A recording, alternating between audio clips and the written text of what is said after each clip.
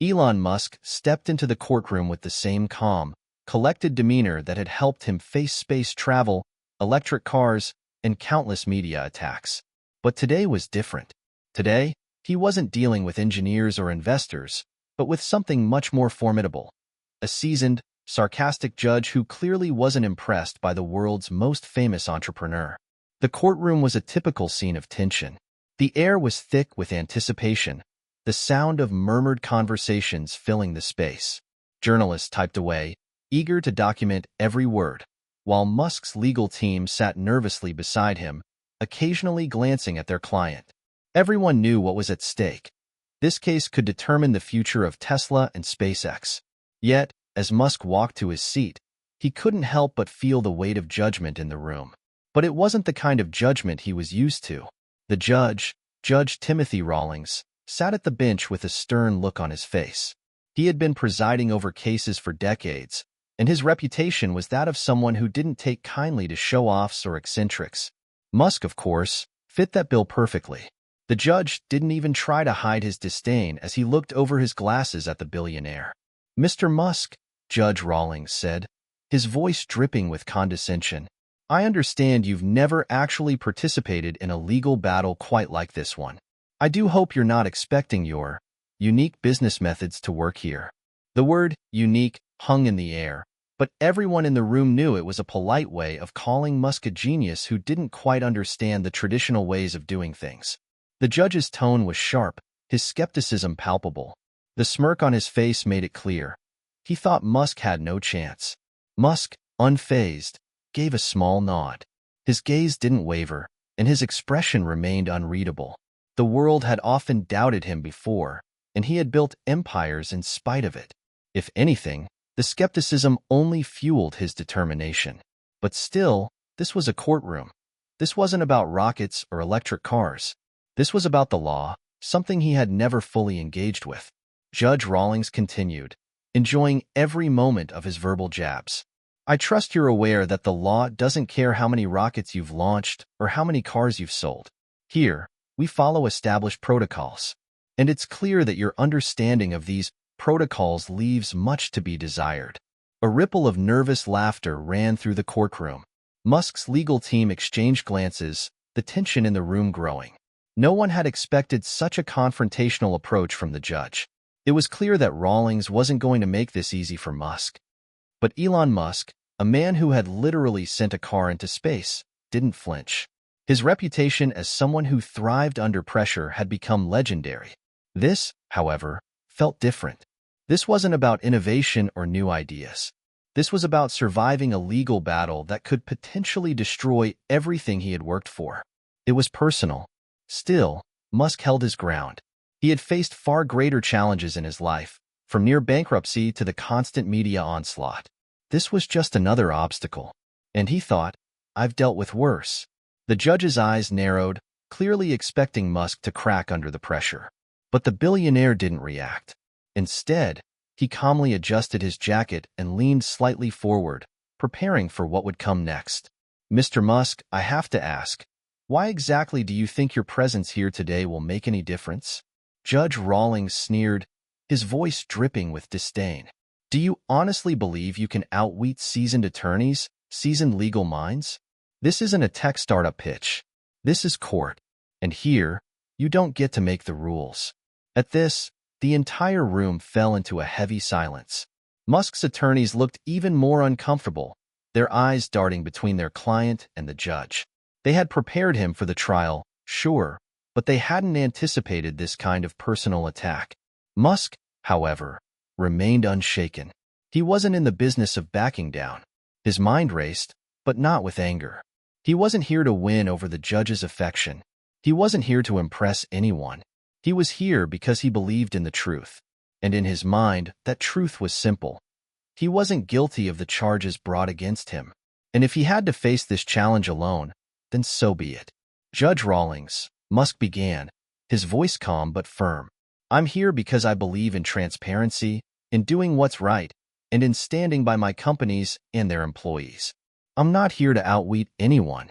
I'm here because I believe in the truth, and I'm confident that when all the facts come to light, this will be resolved justly." There was a brief pause. The judge stared at Musk, his expression unreadable. For a moment, it felt as though the entire courtroom was holding its breath, waiting for the next move. And then, as if dismissing Musk's words as nothing more than empty rhetoric, Judge Rawlings snapped, "Well, Mr. Musk, we'll see if your so-called truth holds up in court. I don't expect this to be easy for you." The gavel slammed down, signaling the beginning of what would be an unpredictable and potentially devastating legal battle. But in that moment, something shifted. Despite the judge's ridicule, despite the mocking tone and the clear lack of respect, Elon Musk knew something that no one else in the room did. This was his moment, and as the trial began in earnest, he was about to show them all just how wrong they were.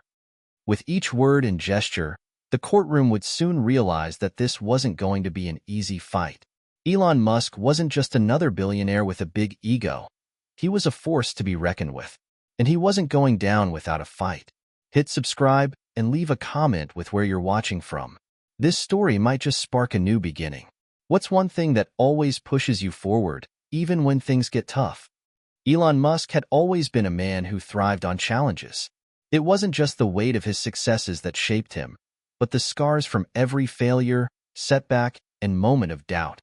Born in Pretoria, South Africa, Musk had always been the odd one out. As a child, he wasn't like the other kids. While they played games, he was busy devouring books, his mind racing with questions about the universe and how things worked. At the age of 12, he sold his first product, a game he coded and marketed on his own. The game, Blaster, was a simple space shooter that earned him a modest sum. It was his first taste of success, and from that moment on, Musk was hooked. But it wasn't just the thrill of business that excited him. It was the idea that technology, science, and innovation could change the world. As a teenager, Musk moved to Canada and later to the United States, pursuing higher education. He was often the quiet kid in the back of the room, not because he wasn't capable, but because he was always thinking a few steps ahead of everyone else. He excelled in physics, economics, and engineering, all subjects that gave him the tools to eventually build the companies that would put him on the map: PayPal, Tesla, SpaceX, and more. But for all his intellectual brilliance, Musk had never been immune to the skepticism and doubt that followed him. For years, he faced ridicule from the media, from investors, and even from his own family. He was an unconventional thinker, a dreamer who wanted to do what others thought was impossible: send people to Mars, revolutionize the car industry, and build a sustainable future with renewable energy. Along the way, Musk had lost friends, burned bridges, and alienated many of those who doubted him. He could still hear the voices of his critics echoing in his head. "It's too risky. You can't make electric cars work. Space travel is a pipe dream." But Musk, determined as ever, had pushed forward. He wasn't just creating companies. He was creating the future. Yet, as much as he had become a household name, Musk knew that with fame came its own set of challenges. People didn't just admire him, they scrutinized him. Every move, every word, was dissected in public. His eccentricities, his tweets, and his outbursts were fodder for media outlets that often portrayed him as unpredictable, even unhinged. But there was a side of Musk that few people truly understood, a side that was meticulous, thoughtful, and laser-focused. He had built Tesla and SpaceX against all odds, pouring his time, money, and energy into ventures that many had written off as impossible. He had faced bankruptcy, near failure, and the collapse of his companies, but he never gave up. In fact, it was during one of those darkest moments that he had learned one of his most valuable lessons.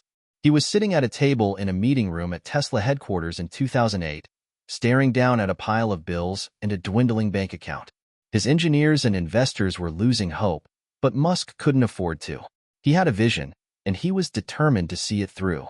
It was the same mindset that carried him through countless challenges in the past and would continue to guide him now. The courtroom, however, was a new beast for Musk. Yes, he had dealt with lawsuits before. Lawsuits that targeted his companies, his business decisions, and his personal life. But never had he faced a legal battle quite like this one, where his every move would be under the microscope of a judge who wasn't inclined to give him the benefit of the doubt. This case wasn't about the usual issues that companies like Tesla faced, like product recalls or environmental regulations. It was about something far more serious: accusations of fraud and misleading investors. The lawsuit was a direct attack on Musk's integrity, the very thing that had driven his companies to success. The charges were based on his infamous funding-secured tweet, which had triggered a chain of events that led to a Securities and Exchange Commission (SEC) investigation, a fine, and a settlement. Despite the controversy, Musk had stood firm, believing in the righteousness of his actions. He'd never intended to deceive anyone. He'd been speaking in good faith, just as he always did when he spoke to the public. But the legal system didn't care about intent. It only cared about the law and whether or not Musk had violated it. The charges against him were significant. The SEC had argued that Musk had misled investors with his 2018 tweet, suggesting that he had secured funding to take Tesla private. While he later settled with the SEC, paying a fine and stepping down as Tesla's chairman for a time, the scars remained. The incident had left a lingering shadow over his reputation. But what no one knew at the time was that Musk had learned from the experience. He had spent the years since the SEC settlement diving deep into legal texts, studying the ins and outs of corporate law and securities regulations. It was an obsession. In some ways, it was his way of reclaiming control. He wasn't just the tech visionary or the engineer anymore.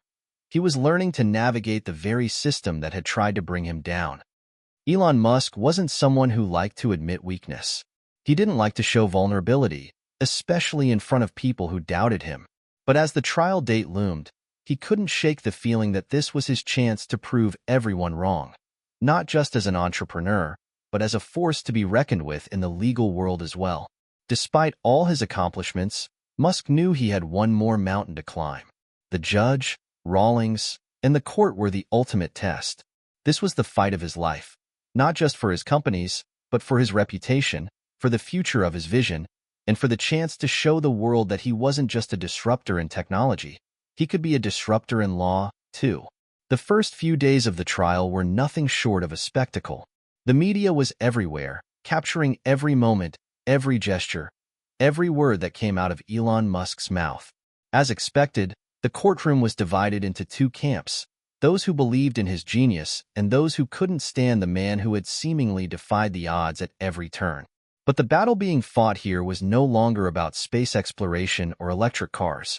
This was about something far more personal: Elon Musk's reputation.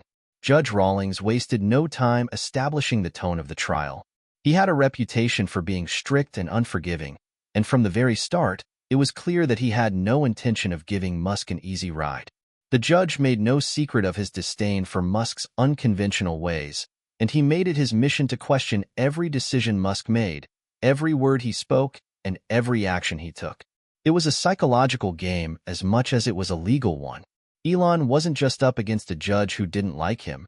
He was up against an entire system that was skeptical of him. And Musk knew it. He could feel the pressure building. The legal team had prepped him for everything, but nothing could prepare him for the constant jabs and sarcastic remarks from Judge Rawlings. The judge's cross-examinations were brutal. He relentlessly tore into Musk's actions, questioning his every move in the infamous funding-secured tweet that had triggered this whole mess. "I still don't understand, Mr. Musk," Judge Rawlings said one afternoon, his voice dripping with sarcasm. "You say you had funding secured to take Tesla private, but the moment you tweeted it, it turned out that funding wasn't quite as secured as you claimed. Now, was it?" Musk sat still, his face neutral. He knew what the judge was doing. This wasn't just a legal argument. It was a personal attack. Rawlings was attempting to paint him as a reckless businessman who made impulsive decisions without thinking of the consequences. And in the court of public opinion, that kind of narrative could destroy him. Musk's attorneys had prepared a defense centered on the idea that the tweet was based on his genuine belief that the funding was imminent. He had always maintained that his intent had been to take Tesla private at a fair price for shareholders, and that he had acted in good faith. But despite the hours of careful legal strategy, nothing seemed to appease Judge Rawlings. Each day, the tension between Musk and the judge grew. The courtroom felt like a pressure cooker, with every statement Musk made being dissected in real time. The reporters were more than happy to broadcast every misstep, every awkward silence, every moment that could make Musk appear as if he were losing control. And it didn't help that the judge was only too happy to feed into the narrative that Musk was, in fact, out of his depth. But Elon Musk was no stranger to pressure. He had built multi-billion-dollar companies, revolutionized industries, and faced down impossible odds before. If anything, the more Rawlings tried to push him, the more determined Musk became. This wasn't about winning in the eyes of the judge. This was about proving a point to the world. Musk wasn't some erratic, careless entrepreneur. He was a man with vision, with purpose, and with a track record that spoke for itself. Musk had never been the type of person to back down from a challenge. Whether it was building rockets that could land themselves or creating a sustainable future with electric cars, he had always embraced adversity. This courtroom, with all its animosity and cynicism, was no different. But even as the days dragged on, Musk's legal team could feel the strain. They had watched as their client, usually unflappable, began to show signs of wear. He hadn't slept well since the trial began. He spent long hours reviewing documents, reading case law, and preparing his arguments. Every evening, his team saw him hunched over his desk, his eyes bloodshot from staring at legal texts for hours on end. He was determined, but the pressure was beginning to take its toll. One evening, after a particularly grueling day in court, Musk sat alone in his office at Tesla, the city lights flickering in the distance. He leaned back in his chair, staring at the wall in front of him. For the first time in days, he allowed himself to think about the gravity of the situation. This wasn't just about the lawsuit anymore. It was about his entire life's work. The media had spent weeks tearing into him, questioning his every move, calling into doubt his credibility. Musk's mind drifted back to the early days of Tesla and SpaceX, when people had told him his ideas were ridiculous, that electric cars and private space travel were fantasies. He had fought for those ideas against all odds. And yet, here he was again, fighting for the same thing. His vision? A knock on the door interrupted his thoughts. It was one of his attorneys, Peter, who had been working with Musk for years. "Mr. Musk," Peter said carefully, "I know it's been a rough few days, but I wanted to talk about tomorrow. We need to be ready for the judge's next line of questioning. It's going to be tough." Musk nodded, his expression unreadable. "I know, but we'll be ready. I'm not here to make friends with that judge. I'm here to make sure the truth is heard." Peter hesitated, then stepped closer. "Elon, the truth might not be enough. Rawlings has a way of twisting things. And the media, well, they're going to take whatever happens tomorrow and spin it into something else. We just need to be ready for the fallout." Musk didn't respond right away. He didn't want to think about the media. He didn't want to think about anything other than the next step, the next challenge. "We'll handle it," he said finally, his voice steady. "We're going to turn this around. Tomorrow, we show them what we're made of." The following morning, as Musk entered the courtroom, he could feel the weight of every eye on him. The media was packed in the back of the room, the murmurs loud and constant. Judge Rawlings sat at the bench, a smug smile tugging at the corners of his mouth, clearly expecting more of the same. But Musk wasn't going to give him the satisfaction. This time, he was ready. The proceedings began with the usual back and forth, but as Rawlings began his cross-examination, something shifted. Instead of sitting back defensively, Musk leaned forward, speaking with a newfound confidence. He wasn't simply answering questions.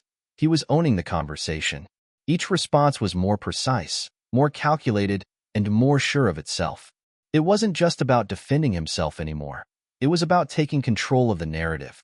Musk's team, watching from the sidelines, could see the difference. The way he spoke was different. He was no longer a man on the defensive. He was a man on the offensive. And though Judge Rawlings didn't let up, the courtroom felt a subtle shift. It was clear that Musk wasn't just a businessman trying to weather a storm. He was a force to be reckoned with in any arena, legal or otherwise. The courtroom grew colder with every passing day, the tension palpable, and the fight for control of the narrative more intense than ever. It was clear to everyone in the room that Elon Musk wasn't just fighting for his reputation. He was fighting for something much bigger, his vision of the future. Tesla, SpaceX, and the promise of a sustainable tomorrow all hung in the balance. But this trial, at its core, wasn't about just one tweet. It was about the way people saw him. Would they continue to view him as a genius capable of reshaping the world, or would he be reduced to an impulsive, reckless billionaire? For Musk, this battle was a long, lonely journey. It wasn't like launching a rocket into space or leading the charge for electric vehicles. There were no cheering crowds, no triumphant moments. This was personal. As the days stretched on and Rawlings continued to press him, it became clear that this wasn't just a fight against the legal system. It was a battle to redefine the very way the world saw him. Despite his usual confidence, there were moments during the trial when Musk found himself questioning everything. He couldn't help but think about how quickly things could spiral out of control. The media coverage was relentless. Every misstep, every minor slip in his testimony, was plastered across headlines with sensationalized headlines: Elon Musk's legal debacle, or Tesla CEO's trial. Is he finally losing his grip? Musk had lived with public scrutiny for years, but this felt different. His every move was being dissected as though it were a reflection of his entire career. There were nights when he'd lie awake, staring at the ceiling, wondering if his words would ever be enough to change the narrative. The pressure was starting to take a toll, not just on him, but on everyone around him.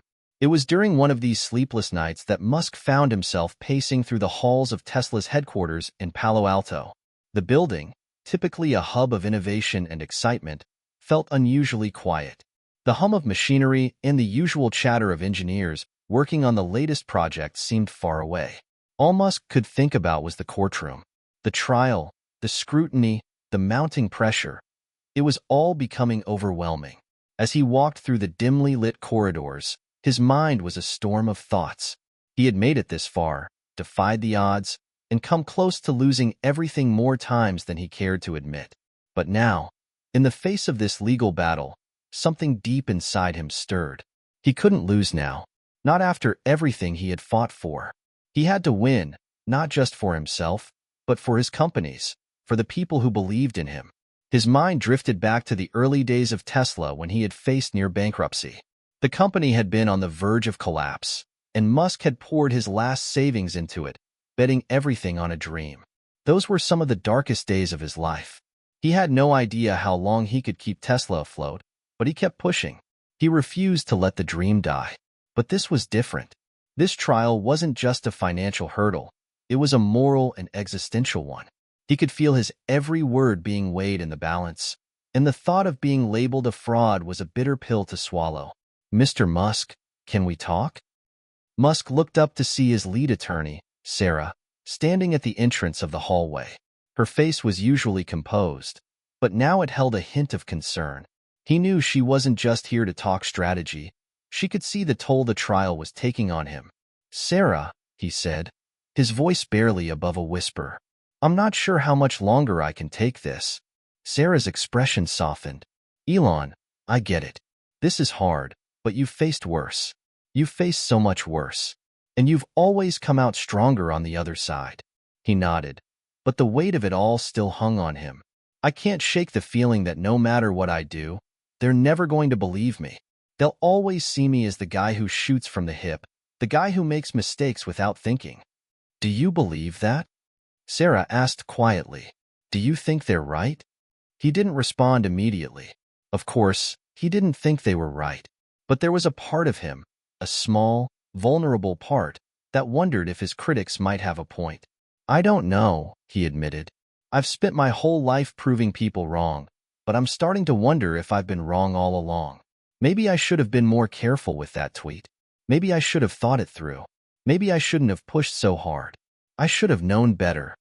"You can't second-guess yourself now," Sarah said firmly. "You've been through the hardest battles, and you've always come out on top. What makes this any different?" Musk's gaze lifted to meet her eyes.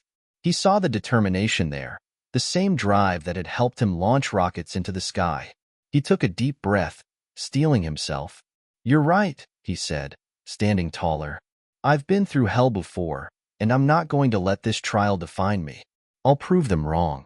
I'll prove to them that I didn't act out of recklessness or impulsiveness. I'll show them that I was trying to do what was best for Tesla and for the shareholders." Sarah smiled slightly, though there was still an underlying concern in her expression. That's the Elon I know. The next day in court, the mood had shifted. Musk had arrived earlier than usual, his mind clear and focused.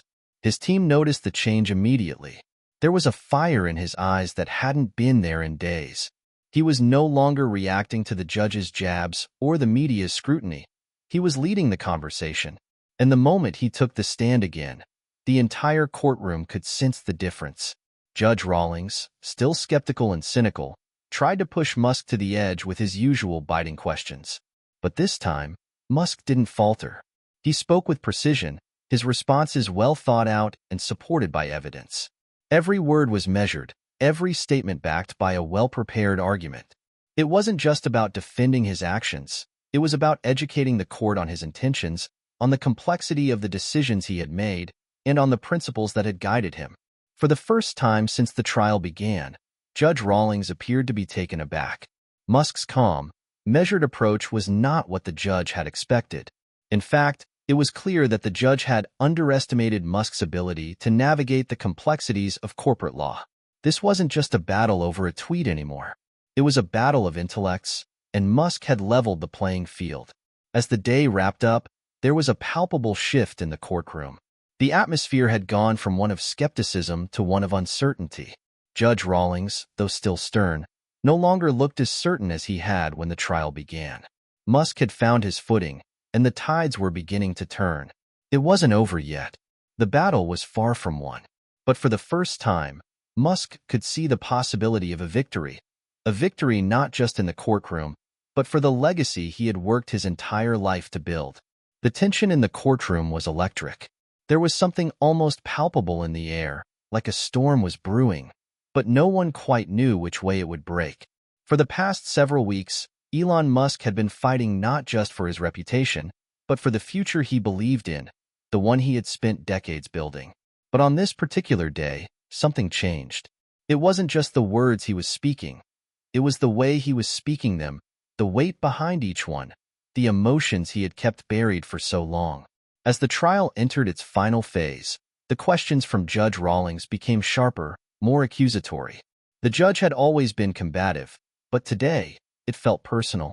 He was relentlessly trying to dissect every aspect of Musk's decisions, pushing him to explain why he made the funding-secured tweet when he had no formal agreement in place.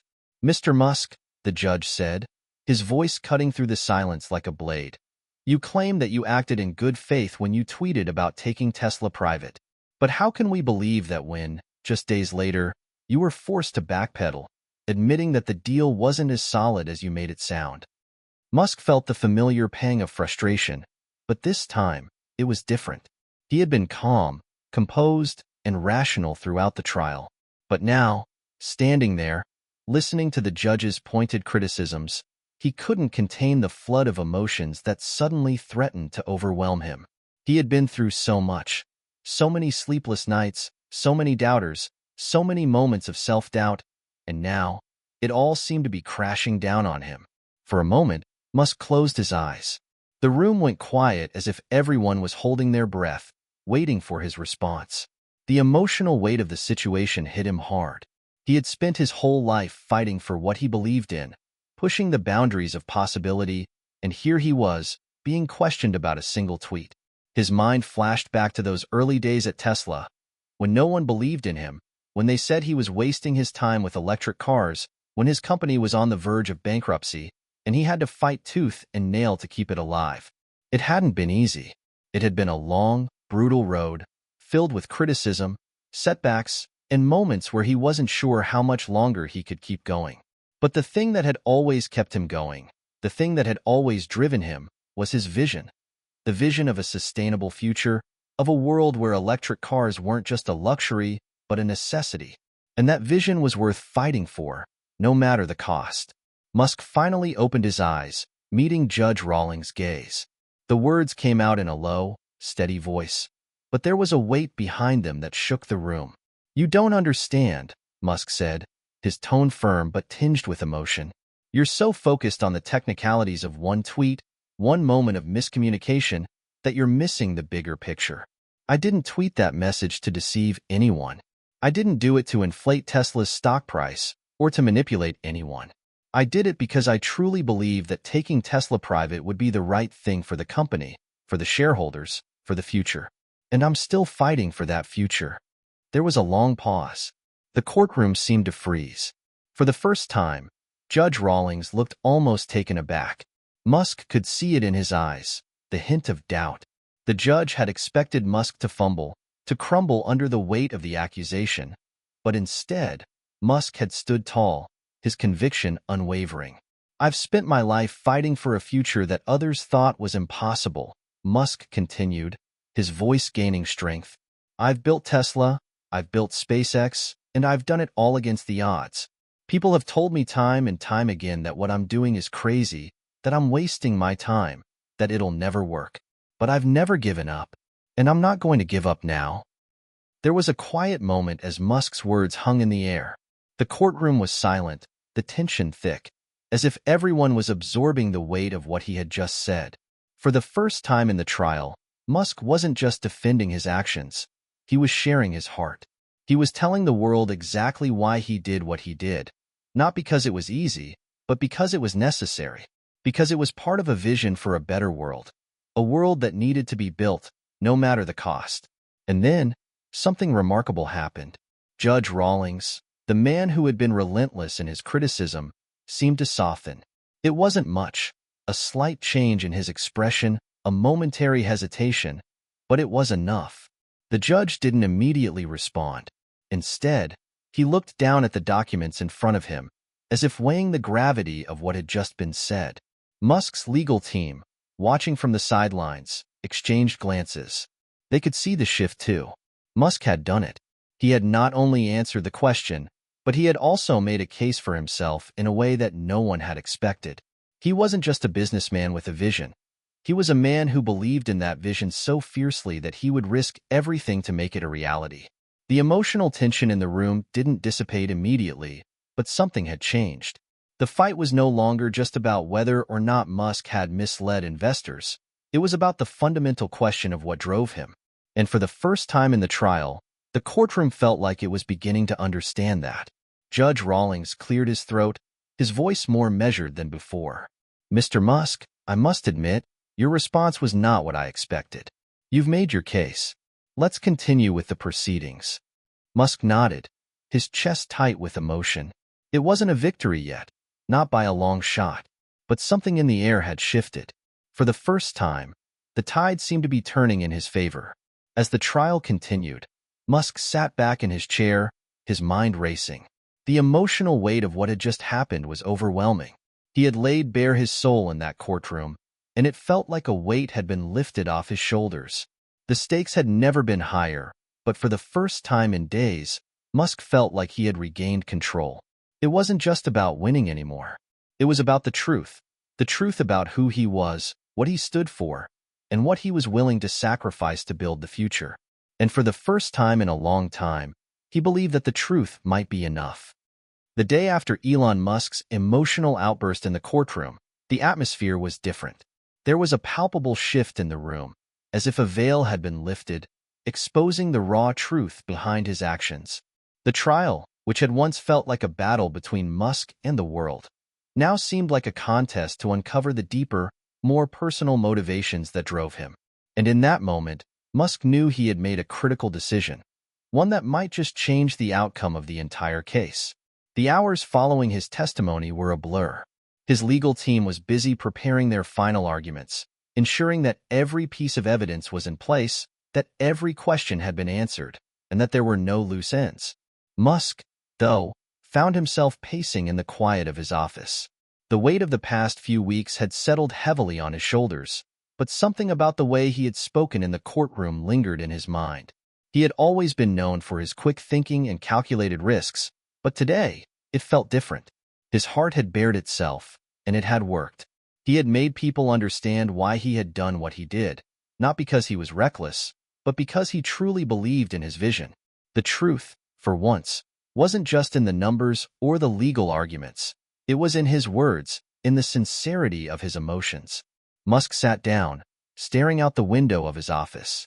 The view of the Tesla factory was a familiar sight, one he had seen countless times. Yet today, the sprawling campus felt different. The hum of the machines, the whir of innovation, it all felt distant, as if he was viewing it from a different perspective. The trial had consumed him for weeks, but in this moment, he realized how much bigger everything was. The companies, the projects, the people. It was all tied together by something more profound than just business. It was about changing the world. It was about hope. Elon. Sarah's voice pulled him from his reverie. She stood in the doorway of his office, her expression one of cautious optimism. "How's it going in there?" Musk asked, though he could already guess the answer. He knew they were preparing their closing statements, the final push in this brutal legal battle. Sarah gave him a reassuring smile. "It's going well. Honestly, that last testimony, what you said yesterday, really shifted the dynamics. The judge is no longer just questioning your actions. He's questioning the broader context, the reason behind them. I think we've made our case." Musk let out a deep breath, relieved but still tense. "I hope you're right. I really do."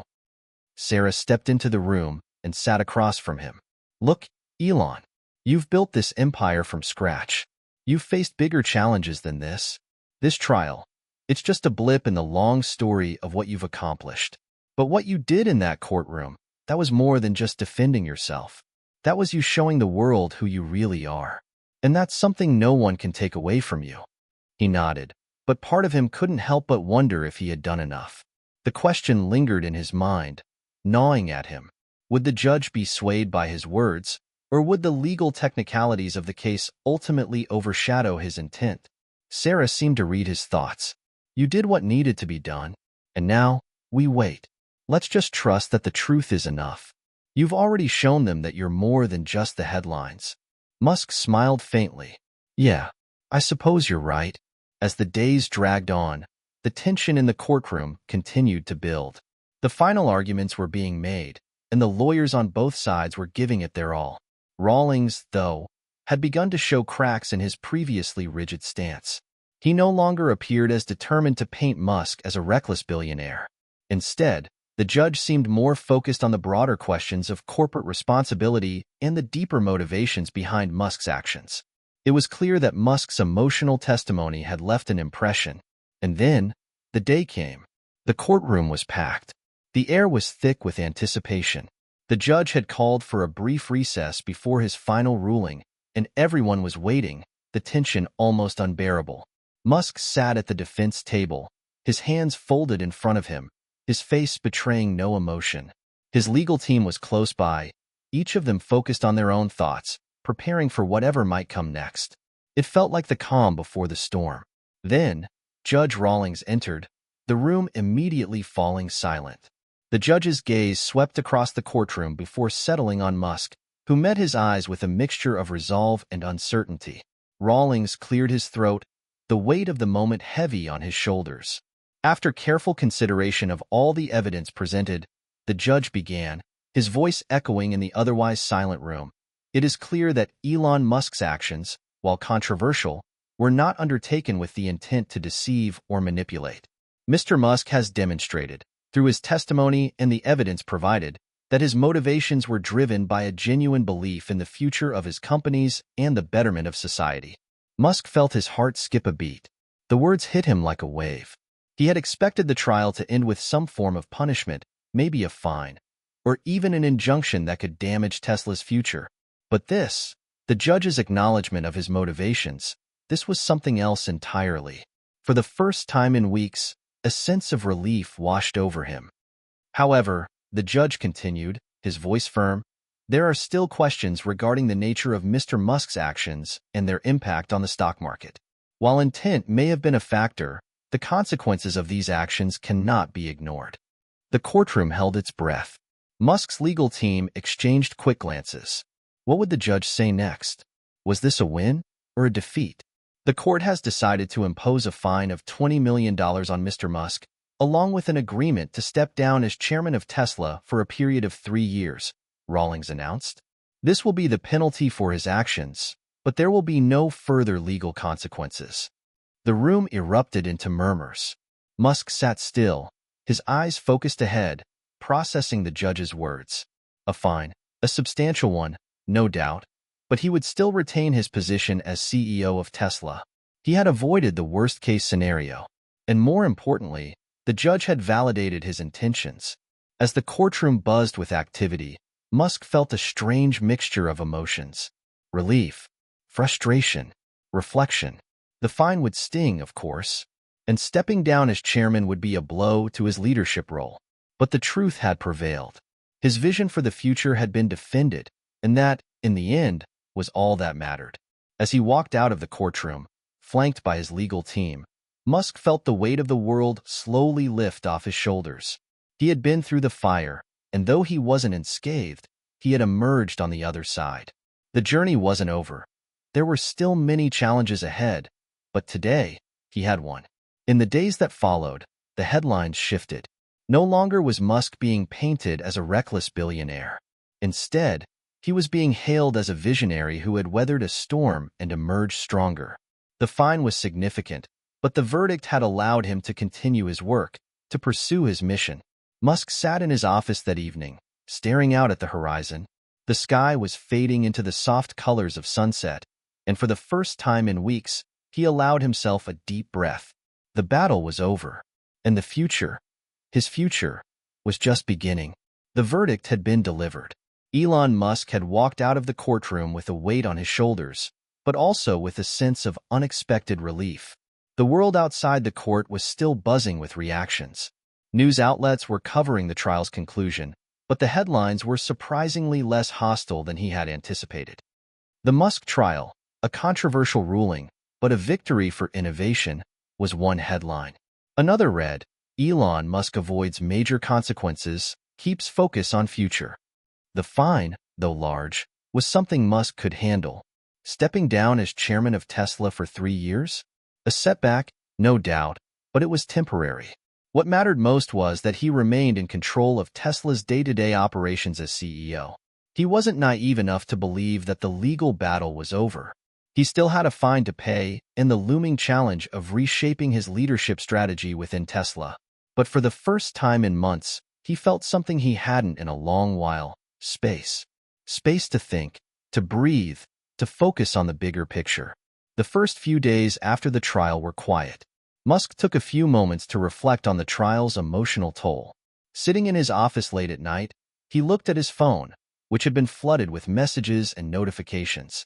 Friends, colleagues, some congratulating him on weathering the storm, others offering advice on how to handle the next phase.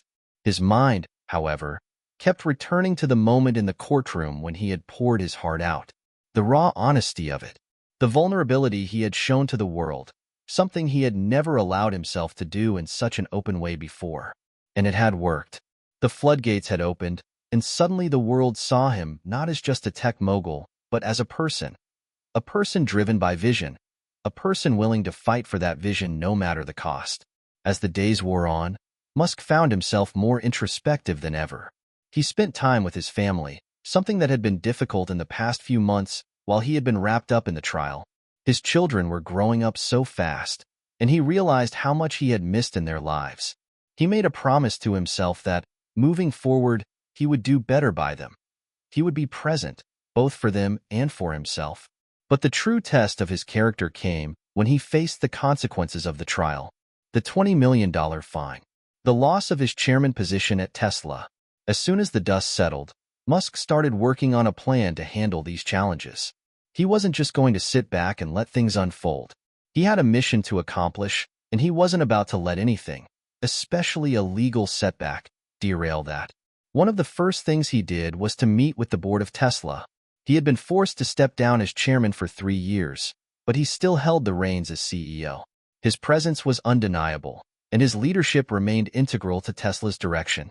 The board knew this, but the question was, how would he adjust? How would he lead without the title of chairman?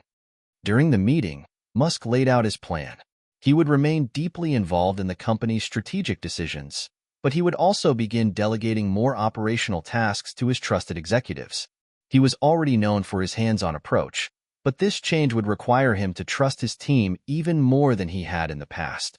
"I've been through a lot over the past year," Musk began, addressing the board. "And I'm not going to sugarcoat things. The trial was tough, but I've learned a lot. about myself, about my team, about the importance of trusting others. We've built something extraordinary here at Tesla. Now, it's time for us to build even more, together. I'll still be here, guiding the vision. But we need to focus on the long term. We're not just building electric cars, we're building the future. And that's where I'm focused. The board members nodded, understanding the weight of his words. Musk had faced a firestorm and had come out the other side with renewed clarity. His plan was bold, but it was exactly what Tesla needed. Meanwhile, the media, having focused so much on the trial's aftermath, was starting to pivot back to the bigger picture. Tesla's ongoing innovations, SpaceX's missions to Mars, and the developments Musk was continuing to lead in both fields. The controversy over the tweet and the lawsuit had become just another chapter in the larger narrative of Musk's journey. The world seemed ready to move on, even if the echoes of the trial would linger for a while. Still, there were moments when Musk couldn't shake the questions that kept resurfacing. Had he truly done everything right? Could he have communicated better? There was a part of him, deep down, that doubted some of his choices during the trial. He knew his motivations were pure, but there had been mistakes along the way. Was his personal ambition sometimes at odds with the bigger mission? But in the quiet moments, as he gazed out at the stars from his office window, Musk found a strange peace. The trial had been hard, but it had also been revealing. He had faced a crisis of public perception and come through it stronger. The emotional toll had been high, but it had also stripped away some of the barriers he had put up between himself and the world. And that was the real victory. The lawsuit, the fine, the board meetings, they were all part of the bigger picture. But what mattered more, what would define his legacy, was his ability to stay true to his vision, to continue pushing the boundaries of what was possible. As he looked out over the horizon, Musk thought about the future of Tesla, the future of space exploration, and the future of humanity. It was still uncertain, still fraught with challenges. But he knew one thing for certain: it was worth the fight. The world was watching, as it always did with Elon Musk. The headlines about the trial had started to fade, but the questions about his next moves, his next projects, remained. For Musk, this wasn't just about surviving the trial. This was about rebuilding and forging a new path forward. He had learned from the past, but he was now ready to take on new challenges, with a renewed focus on the future. As the days passed following the conclusion of the trial, Musk threw himself back into his work with renewed vigor. He had always been driven by a sense of urgency, a relentless need to push boundaries and innovate. And now, more than ever, he felt the weight of the future on his shoulders. Tesla and SpaceX were both at critical junctures. Tesla was well on its way to transforming the automotive industry, but the challenge was maintaining its leadership and advancing toward a sustainable energy future. SpaceX, meanwhile, had its eyes on Mars, but that goal was still years, if not decades, away. There was little time to dwell on the trial's outcome. Musk had always been a man of action, and he knew the work ahead of him would define the next phase of his career. He wasn't about to let a legal battle define him for too long. He walked into the Tesla headquarters one morning, his thoughts already focused on the next step. The employees who had been with him through thick and thin knew him well. His presence always had a way of electrifying the room, sparking the kind of energy that Tesla needed to continue innovating. And today, there was an undeniable sense of anticipation in the air. As he entered the main conference room, his team was already assembled. He saw familiar faces, key figures in the company who had been with him since the early days. Some of them had been there for the long, hard years when Tesla was on the brink of collapse. And now, they were sitting at the table, more than just colleagues. They were part of a shared mission. "All right," Musk said, his tone commanding as he sat down at the head of the table. "We've had our setbacks, but we're still here, and we're still pushing forward. The mission hasn't changed. We're going to get to sustainable energy. We're going to lead the charge. Let's talk about what comes next." The team was quiet for a moment, but then one of the senior engineers spoke up. "Elon, we've made huge strides in battery technology. The next step is scaling it to the level we need for mass production, across not just cars, but for energy storage on a global scale." Musk nodded, considering the challenge. "We need to accelerate that. It's the key to everything. Cars, homes, power grids, all of it. We're not just making vehicles. We're changing the way the world consumes energy. We've been focused on electric cars, but the future is bigger than that. We're going to take the next leap forward. And that means pushing harder than ever before." As the meeting continued, Musk's thoughts wandered for a moment. He remembered the early days of Tesla when there was so much doubt, when people questioned whether electric vehicles would ever become mainstream. Even as he built the company, there were moments where he wasn't sure how long they could keep going. The pressure had been immense, but the vision had always been clear. And that vision was more urgent than ever. As the team worked through plans for upcoming product launches and initiatives, Musk's mind shifted to SpaceX. The Mars mission was on track, but there were obstacles ahead.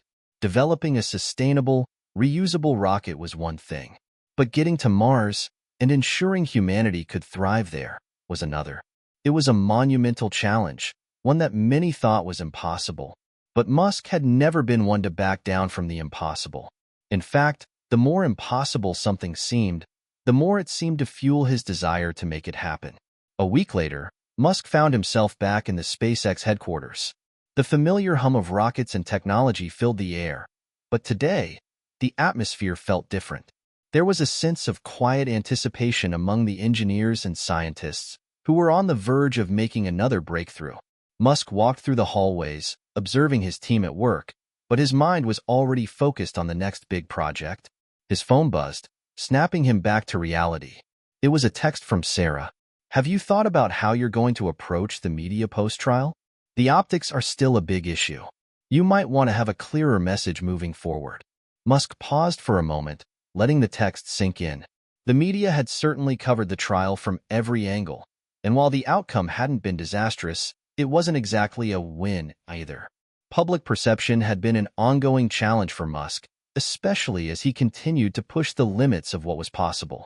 He had always been an unconventional figure, but now, more than ever, he realized how important it was to be in control of the narrative.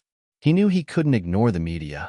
He had learned that the hard way, but he also knew he couldn't be distracted by it.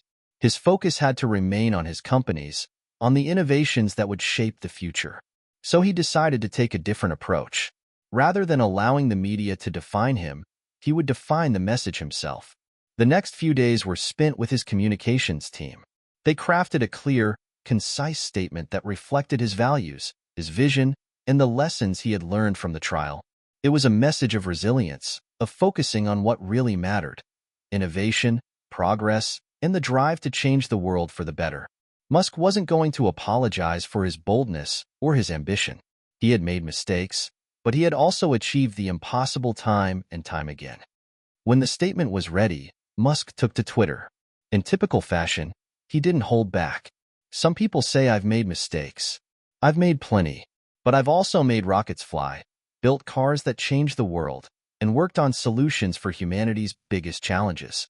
We're still here, and we're going to keep pushing the boundaries of what's possible." The tweet went viral, and the reaction was mixed, but more importantly, it was controlled. Musk was not going to be defined by the trial. Instead, he was going to define himself on his own terms. A few days later, Musk stood before the media once again. This time, it wasn't a courtroom. It was a press conference at Tesla's headquarters, where he unveiled the next phase of their energy storage initiatives. The room was packed with reporters, but Musk was calm. He had been through the fire and come out the other side. "Thank you for being here," Musk began, his voice steady. "We've made incredible progress over the years, and today, we're here to talk about what's next. We're not just building electric vehicles. We're creating a sustainable future. And that future starts now." As he spoke, the reporters listened intently, not just to his words, but to the conviction in his voice. The confidence he exuded was undeniable. Musk wasn't just talking about products or profits, he was talking about a vision. And that vision was more powerful than any legal battle or media controversy. The trial was over. The fine had been paid. The media had moved on. But Elon Musk was just getting started. Months had passed since the trial, and while Elon Musk had regained some public composure, the pressure of leadership still weighed on him. There was no time to waste. He was far from finished. His next challenge wasn't just about managing Tesla's growth or launching rockets into space. It was about truly advancing human progress. Musk's vision for the future had always been grand, and now more than ever, he was determined to make it a reality. His next big mission? Mars. SpaceX had made history with its successful launches and landings, and the development of the Starship program was moving forward at a rapid pace. But the dream of sending humans to Mars was still distant. Musk knew this journey was going to be monumental, not just for him personally, but for humanity itself. He had always believed that making life multiplanetary was the key to the long-term survival of the human race. The moon was an important stepping stone, but Mars was the goal. And it was time to start taking the first true steps toward that. In his office at SpaceX, Musk was surrounded by blueprints, projections, and the hard work of his engineers. The walls were adorned with sketches of the Starship, illustrations of Mars colonies, and even a few early concept designs of Martian habitats. But today, there was a new focus in the room. "All right, let's talk strategy," Musk said, standing at the front of the meeting room, addressing the senior engineers and project managers. "We've been talking about this for years, and it's time to make it happen. Mars isn't some distant dream. It's the future, and I want us to get there as soon as possible." One of the senior engineers spoke up, his voice tinged with excitement. "Elon, we've got the Starship prototype nearly ready for an orbital test flight. The next step is ensuring we have the capacity for a sustainable human presence on Mars. We can't just send people there and expect them to survive on their own. We need a support system, a way to terraform, build habitats, and establish supply chains. It's going to be the most ambitious project humanity has ever taken on." Musk nodded, his mind already racing ahead. This wasn't just about getting to Mars. This was about creating a viable, sustainable environment on another planet. It meant finding ways to produce food, water, and oxygen. It meant creating a self-sufficient system that could function independently of Earth. The magnitude of the task was overwhelming, but Musk had never been deterred by challenges. "I know it's ambitious," Musk said, "but that's what we do here. We make the impossible possible.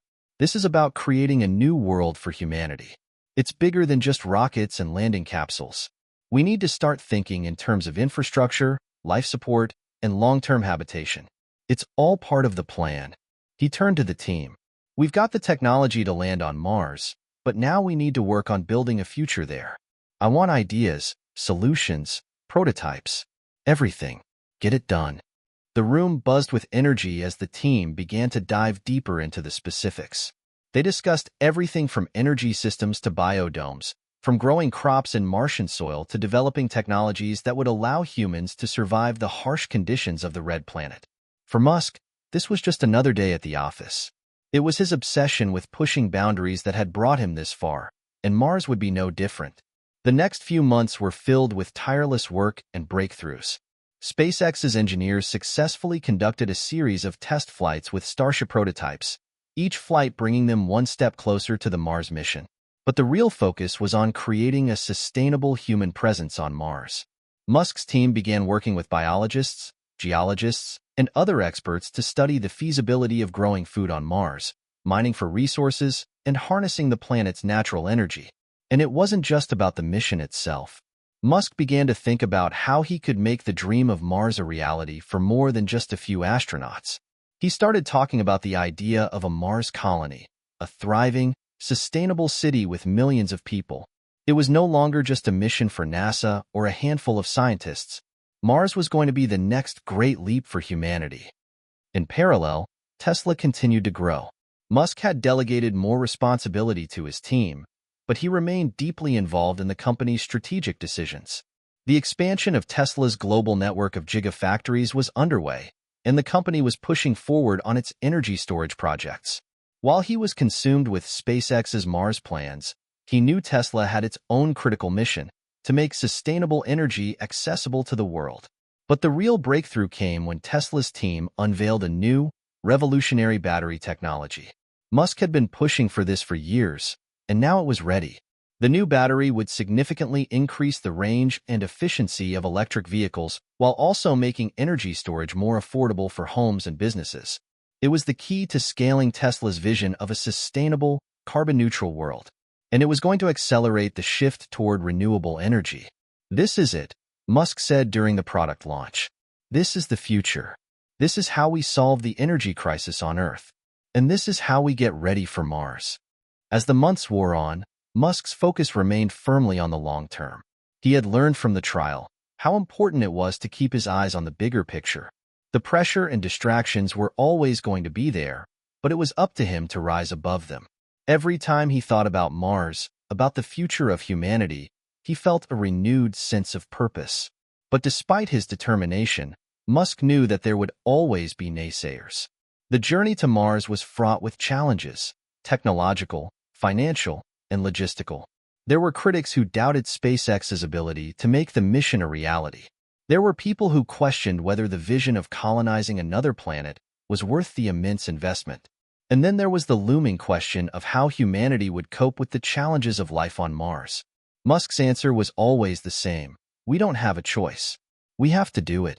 This is the next step in human evolution.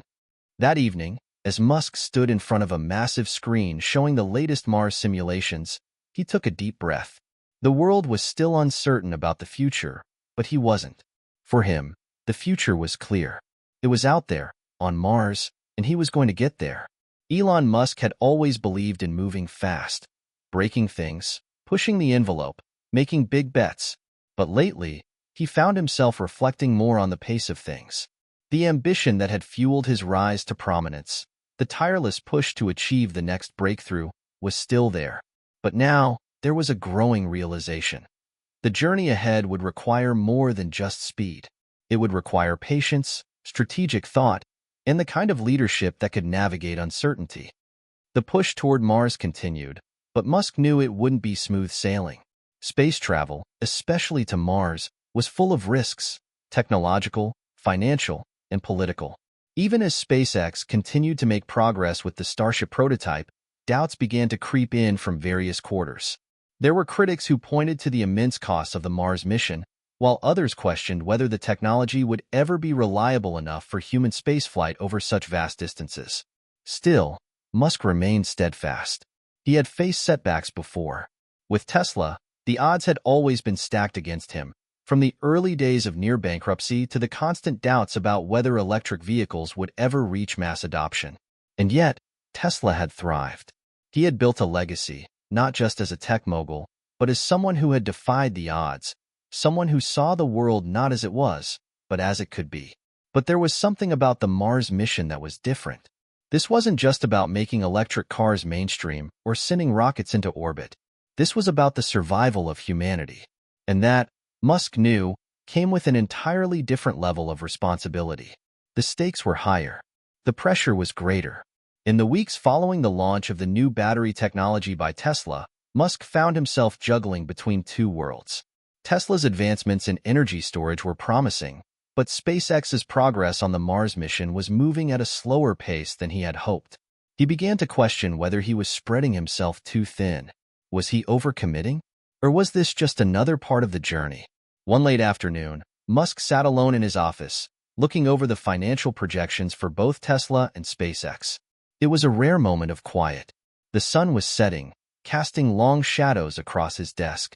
His phone buzzed, a text from Gwynne Shotwell, SpaceX's president. "We're facing some delays with the Starship project, some technical challenges, and we're not sure if we're going to meet our projected launch date. I know you're under a lot of pressure, but we may need to reassess our timeline." Musk sighed. This wasn't unexpected, but it still stung. The delays were a reminder that, no matter how far ahead he thought he was, space exploration was still a game of patience and precision. The timeline for Mars was slipping, and that was a difficult pill to swallow. He sat back in his chair, staring out the window at the sprawling landscape of California.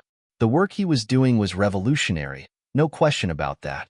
But sometimes, it felt like he was walking a tightrope, balancing on the edge of ambition and reality. He had spent so much of his life chasing the next big thing, always moving forward at breakneck speed. But now, more than ever, he understood that the road to Mars would not be like any of the previous ventures he had undertaken. It wasn't just about rockets and batteries. It was about creating a sustainable future for humankind, and that wasn't something you could rush. That night, as Musk walked through the SpaceX campus, he felt a renewed sense of purpose. He didn't need to have all the answers right now. The journey wasn't just about achieving an immediate goal. It was about setting a foundation for something far bigger. The plan for Mars was more than a mission. It was about shifting the course of human history, and history had its own timeline. "Gwen," Musk said when she called him later that night, "we're not backing down. We'll take the time we need, but we're still going. I don't care about the delays. We just have to build better, smarter. We're not just creating a rocket. We're building the future of humanity." Gwen paused, then spoke with conviction. "I'm with you, Elon. You know we all are. Let's get this right." Musk felt a rare calm wash over him. He had surrounded himself with brilliant people, people who believed in his vision as much as he did. He wasn't alone on this journey. The weight of the Mars mission wasn't just on his shoulders. It was on the shoulders of every person working at SpaceX, every engineer at Tesla, and every individual who shared his belief that the future could be better. The next morning, Musk stood before his team at SpaceX, as he often did. The room was filled with engineers, scientists, and visionaries, all eager to see what the future would bring. The previous day's concerns about delays were still fresh, but Musk knew that focusing on the long term would keep the team's morale high. "We've hit some roadblocks," he began, his voice steady. "But that's okay. We've done the impossible before, and we'll do it again. Mars is within our reach. But we need to think differently. We need to innovate, not just in terms of technology, but in our mindset. This isn't just about getting to Mars. It's about how we do it. And I'm not interested in taking shortcuts. We're going to do this, right?" The room was silent for a moment, then a murmur of agreement spread through the group. The team understood Musk's urgency, but they also knew that rushing now would lead to bigger problems down the road. They were all in this for the long haul, and they were prepared to face whatever challenges came their way. "Let's get to work," Musk said, a slight smile forming on his face. "The future's waiting." The quiet moments between the chaotic bursts of activity were rare for Elon Musk. After years of relentless drive, he had come to realize that he couldn't simply chase every fire that popped up. Sometimes, he needed to pause and reflect. But it wasn't easy for him to do so. His mind constantly raced, shifting from one idea to the next, always pushing for the next frontier. Mars wasn't just a dream anymore. It was a mission that would require every ounce of his focus, every bit of his energy. But as the delays with SpaceX's Starship project continued, Musk began to feel the weight of his vision, not just for Mars, but for everything. He had built something monumental with Tesla, transformed an industry, and created a brand that was synonymous with innovation. SpaceX had pushed humanity's capabilities in space to levels no one had ever imagined. But now, as the goalposts shifted and new challenges arose, Musk realized that achieving the impossible required something more than just ambition. It required resilience. And perhaps, it required a different kind of leadership. One afternoon, as Musk was walking through the SpaceX facility, he overheard a conversation between two engineers. They were discussing the progress of the Raptor engines that would power Starship on its journey to Mars. The conversation was filled with technical jargon, but it wasn't the details that caught Musk's attention. It was the tone in their voices, the sense of frustration. The team was running into the same roadblocks they had faced before, and the pressure to overcome them was building. "Are we close?" Musk asked as he approached them, breaking their conversation. One of the engineers looked up, meeting Musk's gaze. "We're close, Elon. But there are a few issues we're still working through with the fuel systems. The pressure's building up, and we've had to take a step back. We don't want to compromise safety for speed. We're doing everything we can." Musk nodded, his mind already processing the information. He understood the stakes. He knew the team was doing its best, but the sense of urgency was always present. Mars wasn't going to wait. "Keep me updated," Musk said, before walking away. The weight of what was at stake settled on him again. The mission was still a long way from becoming a reality, and the setbacks weren't going to disappear overnight. There were moments when the sheer scale of it all felt overwhelming.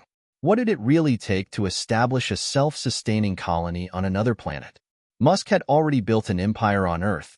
Now, he was tasked with creating a future for humanity on Mars. Back at Tesla's headquarters, the momentum from the success of the new battery technology had not waned. Tesla's energy storage products were now helping customers all over the world transition to renewable energy. But Musk knew that Tesla's work wasn't done, not by a long shot. The scale of the mission, getting the world to transition to sustainable energy, was just as daunting as getting to Mars. One mission depended on the other. The future of energy and the future of space exploration were inextricably linked. He sat in a meeting with his Tesla leadership team, discussing the company's next steps. Global expansion was on the horizon, and there was talk of increasing production of the Model Y and ramping up solar energy initiatives. But even here, the challenges of growth loomed large. "Everything's moving in the right direction," said Jerome Guillen, Tesla's president of automotive. "But we need to think beyond just production. We need to develop solutions for mass-scale charging infrastructure and improve the affordability of our vehicles. The competition's catching up." Musk's eyes narrowed, his mind already moving ahead. "The competition's always going to catch up," he replied. "That's how it works. We innovate faster. We take risks. But we also need to look at what's next. It's not just about electric vehicles anymore. It's about creating an ecosystem of sustainable energy, from the batteries in our homes to the cars we drive, and beyond that, to what's going to power Mars." "Right," Jerome said, tapping a pen on the table. "But how do we scale that vision globally? How do we change energy infrastructure across countries that are still heavily reliant on fossil fuels?" Musk looked at him, leaning forward. "We focus on solutions that can't be ignored. We make sustainable energy so reliable, so cost-effective, that no one can deny its viability. It's about creating technology that's not just revolutionary but essential." The room grew quiet for a moment as the team considered Musk's words. His passion for the work was infectious, but it also set a high bar. Musk wasn't just concerned with making a profit or improving the technology. He was focused on altering the very course of history. That evening, after the meeting, Musk stood by the window in his office, looking out over the city. It was a rare moment of solitude. He thought about the world's energy crisis and the looming threat of climate change. And he thought about Mars, how humanity's presence on the red planet was no longer just a dream for the distant future, but a necessity. The pressure of his responsibilities was immense, but Musk was no stranger to pressure. Every venture he had pursued in the past had come with its own set of overwhelming challenges, but he had always found a way to overcome them. This would be no different. "Don't be afraid of the wait," he muttered to himself. "Embrace it." The thought was a reminder of something he had learned over the years. The journey to the future would never be easy. The weight of the vision was always present, but it was also what drove him. Every day, the work had to be done. The breakthroughs, the failures, the trials, they all mattered. He knew the world was watching, but more importantly, he knew that the future of humanity depended on the decisions made today. The next day, Musk called a meeting with his inner circle of trusted advisors. He needed to focus on the long-term vision, not just for SpaceX or Tesla, but for humanity. How could they solve the energy crisis on Earth and create the foundation for a new world on Mars? "We need to think bigger," Musk began. "We're not just trying to build a colony on Mars. We're laying the groundwork for the survival of humanity. The future isn't just about technology. It's about creating a new way of life. If we can crack energy on Earth, we can make Mars work." It's all connected. As the meeting unfolded, Musk felt the weight of his words. The conversation was not just about technical solutions. It was about something deeper, something that went beyond just the next product launch or the next mission. It was about setting humanity on a course that would ensure its survival for centuries to come. Musk knew that if anyone could make this vision a reality, it was him. It wasn't about having all the answers. It was about creating the right questions and pursuing them relentlessly. And so, as he looked out over the horizon, the weight of his vision was clear. It was heavy, but it was worth carrying. The future awaited, and he wasn't about to let it slip away. Hit subscribe and leave a comment with where you're watching from. This story might just spark a new beginning. What's one thing that always pushes you forward, even when things get tough? The months seemed to blur together, each day filled with an endless stream of meetings, updates, and decisions. Elon Musk had become a master at managing multiple high-stakes projects simultaneously.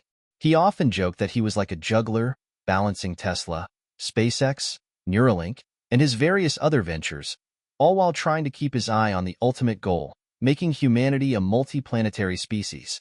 But no matter how much he tried to compartmentalize his life, the mounting pressures were starting to take their toll.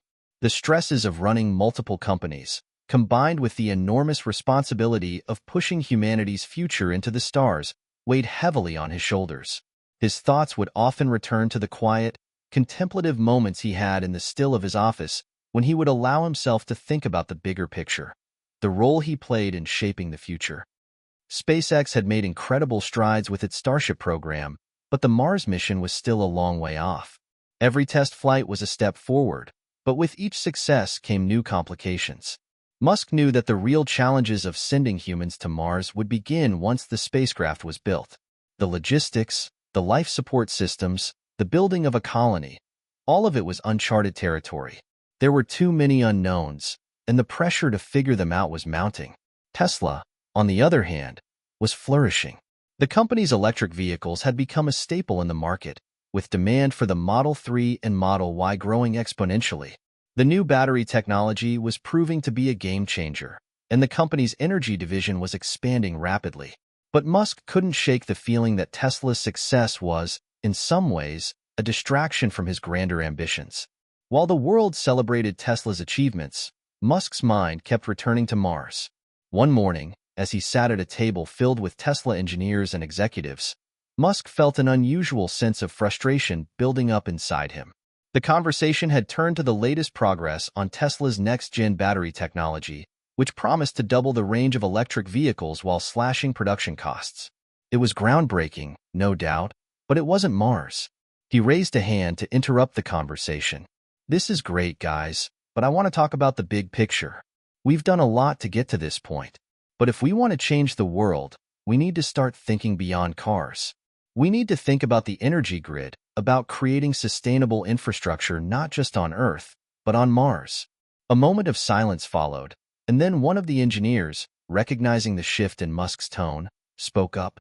"Elon, we've got the breakthrough you've been looking for with energy, but I understand that Mars is your ultimate goal. The question is, how do we balance both?" Musk leaned back in his chair, his fingers steepling in front of his face. "The only way we balance both is by making one feed into the other. Mars isn't just some distant dream. It's part of our future here on Earth. If we solve the energy crisis here, we solve the energy crisis on Mars. And if we can make life on Mars sustainable, we create the blueprint for humanity's future." The team seemed to grasp the enormity of what Musk was suggesting, and it shifted the conversation's focus. They began discussing how Tesla's advancements in energy storage could potentially play a role in both Earth's future and SpaceX's Mars mission. Solar panels, power grids, batteries, it all started to fall into place in Musk's mind. The vision was clear. Mars and Earth were intertwined, and the work they were doing with Tesla could be the foundation for the mission to Mars. But despite the breakthroughs and ideas, the ticking clock remained. The world was becoming more aware of Musk's vision for Mars, and with that came the pressure of living up to the promises he had made. His critics were growing louder, and even his closest supporters began questioning whether SpaceX would truly be ready to launch a crewed mission to Mars anytime soon. In the midst of all this, Musk received a call that would change the course of his thinking. It was from one of his closest allies, Gwynne Shotwell. "Elon, we've got a situation," Gwynne said, her tone serious. "The government is starting to ask tough questions about the timeline for Mars. They want more concrete answers. We need to show them something tangible, something that proves this isn't just a pipe dream." Musk felt his pulse quicken. The pressure had just increased tenfold. Not only was he facing internal delays and external skepticism, but now the government, his key partner in this venture, was starting to lose patience. The Mars timeline was becoming a critical issue, and Musk could feel the weight of the world resting on his shoulders. "I understand," Musk replied, his voice steady despite the tension rising inside him. "We'll get it done. I'll make sure we have something to show. It's time to step up." As he hung up the phone, Musk knew that the time for talking was over. He needed to prove the viability of his vision, not just to the public or the critics, but to the people who held the future of the Mars mission in their hands. The coming months would be crucial. SpaceX had the technology, but now they needed to prove it could be done, prove it could work on the timeline Musk had promised. The next day, He gathered his team for a no-holds-barred meeting. "We've made a lot of progress, but it's time to turn up the heat," he began, his voice firm. "The world is watching, and they're starting to doubt us. It's not enough to have a plan. We need to execute. We need to show them what we've got. If we're going to Mars, we're going to do it right, and we're going to do it fast." Musk's eyes scanned the room, locking with each member of his team. "We're on the verge of something incredible, but the pressure is on. We can't afford to fail. Mars is waiting for us." The team, accustomed to Musk's high standards, nodded in agreement. There was no room for complacency now. The next phase of the mission had to be successful, no compromises. As the meeting ended, Musk walked through the SpaceX facility, passing by engineers and technicians who were deep in their work. He felt a renewed sense of purpose as he observed the quiet determination of his team. They were all in this together. And now, more than ever, Musk realized that he wasn't just leading a company. He was leading a movement, one that had the potential to change everything. The pressure was unrelenting. After the meeting with his SpaceX team, Elon Musk spent the following days in an almost constant state of motion. His mind raced with new ideas and strategies to address the government's increasing skepticism about the timeline for Mars. There was no room for failure. Every test, every development, every step forward had to prove that the Mars mission was not just an ambitious dream, but a tangible, achievable goal. Musk knew that the work SpaceX was doing was revolutionary. The Starship prototype was already performing impressive feats. SpaceX had landed rockets and made space travel more cost-effective than ever before. But sending humans to Mars was an entirely different beast. It wasn't just about building a spacecraft capable of reaching the planet. It was about creating the infrastructure to sustain life on Mars. That required solving a myriad of challenges, from energy generation to life support systems, and everything in between. But Musk had never been afraid of a challenge. In fact, it was the obstacles that fueled him. The harder it seemed, the more determined he became. The pressure from the government, from the media, and from the public only added to his resolve. This was his mission, his legacy, and he wasn't about to let anyone derail it. One evening, as Musk sat in his office reviewing the latest data from the Starship tests, he received a message from Gwen Shotwell. She had a new development to share. "Elon," the message read, "I've got good news. The latest test on the Raptor engines shows an efficiency increase we didn't expect. We're finally starting to see the kind of performance we need to move forward. The engineers think we can hit our next target date for the crewed mission to Mars, if we can keep up the pace." Musk's heart skipped a beat. The news was a glimmer of hope in the midst of everything. After months of testing, delays, and setbacks, there was finally a breakthrough. The Raptor engines, the heart of the Starship, had just become more reliable and efficient than they had ever been before. He immediately dialed Gwen's number. "Gwen, this is huge," Musk said, his voice filled with a mix of excitement and disbelief. "We can hit the Mars timeline. This changes everything." "I know," Gwen replied. "It's a huge step forward, but we're not out of the woods yet. We've got a lot of work to do. We need to keep pushing, stay focused, and not get complacent." Musk knew she was right. The breakthrough was significant, but it was only one part of the puzzle. The pressure to meet the Mars timeline was still immense. There was a long road ahead. But for the first time in months, he felt a sense of optimism. The mission wasn't just a distant dream anymore. It was becoming real, one step at a time. The following days were a blur of activity. Musk spent countless hours in meetings, reviewing test results, and making adjustments. SpaceX's engineers were working around the clock, fine-tuning the spacecraft and its systems. Musk's relentless drive pushed them to their limits, but they were with him every step of the way. There was an energy in the air at SpaceX, a sense of urgency and excitement that had been lacking in recent months. "Let's get the crewed mission ready," Musk said in one of his team meetings. "We've got the systems in place. Now we need to start planning for the actual mission. It's time to focus on the details, the habitat, the life support systems, the infrastructure we need to survive on Mars. If we're going to make this happen, we need to think big and act fast." The engineers nodded, their minds already working through the logistics. Musk wasn't just asking for technical expertise. He was asking for a complete shift in thinking. Mars wasn't just another project. It was a chance to start over, to build a new world from scratch. And that was the kind of challenge that got Musk fired up.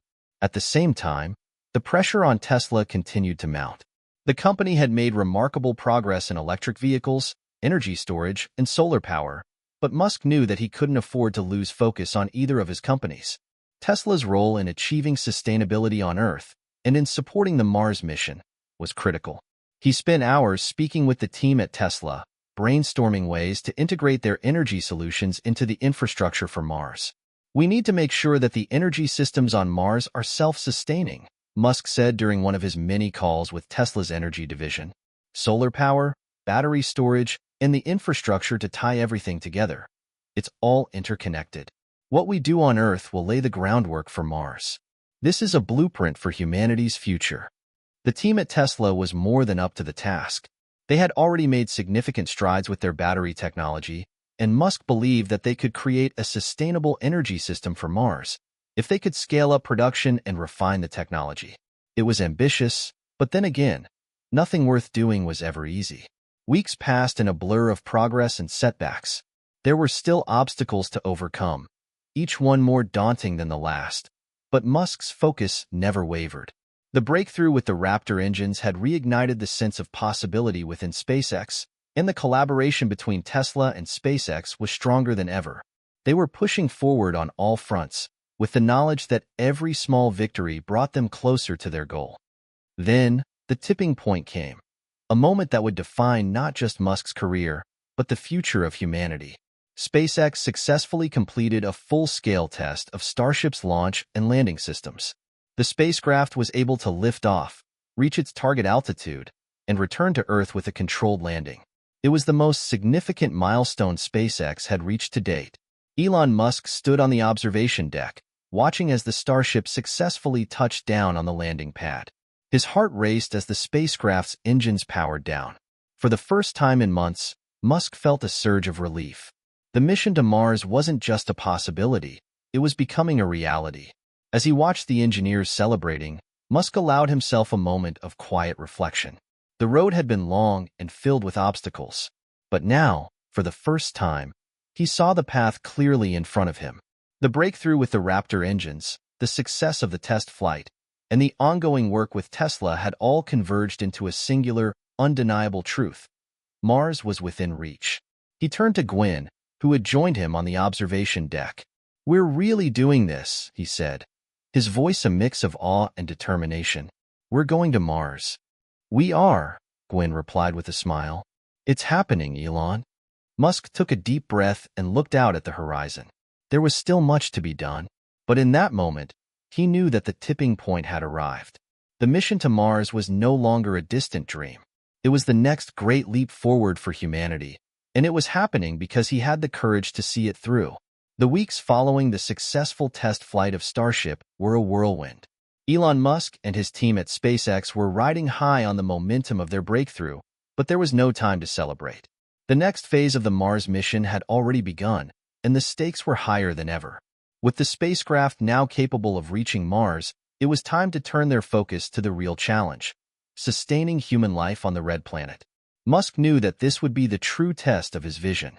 Sending humans to Mars was one thing, getting them there safely was another, but keeping them alive for an extended period?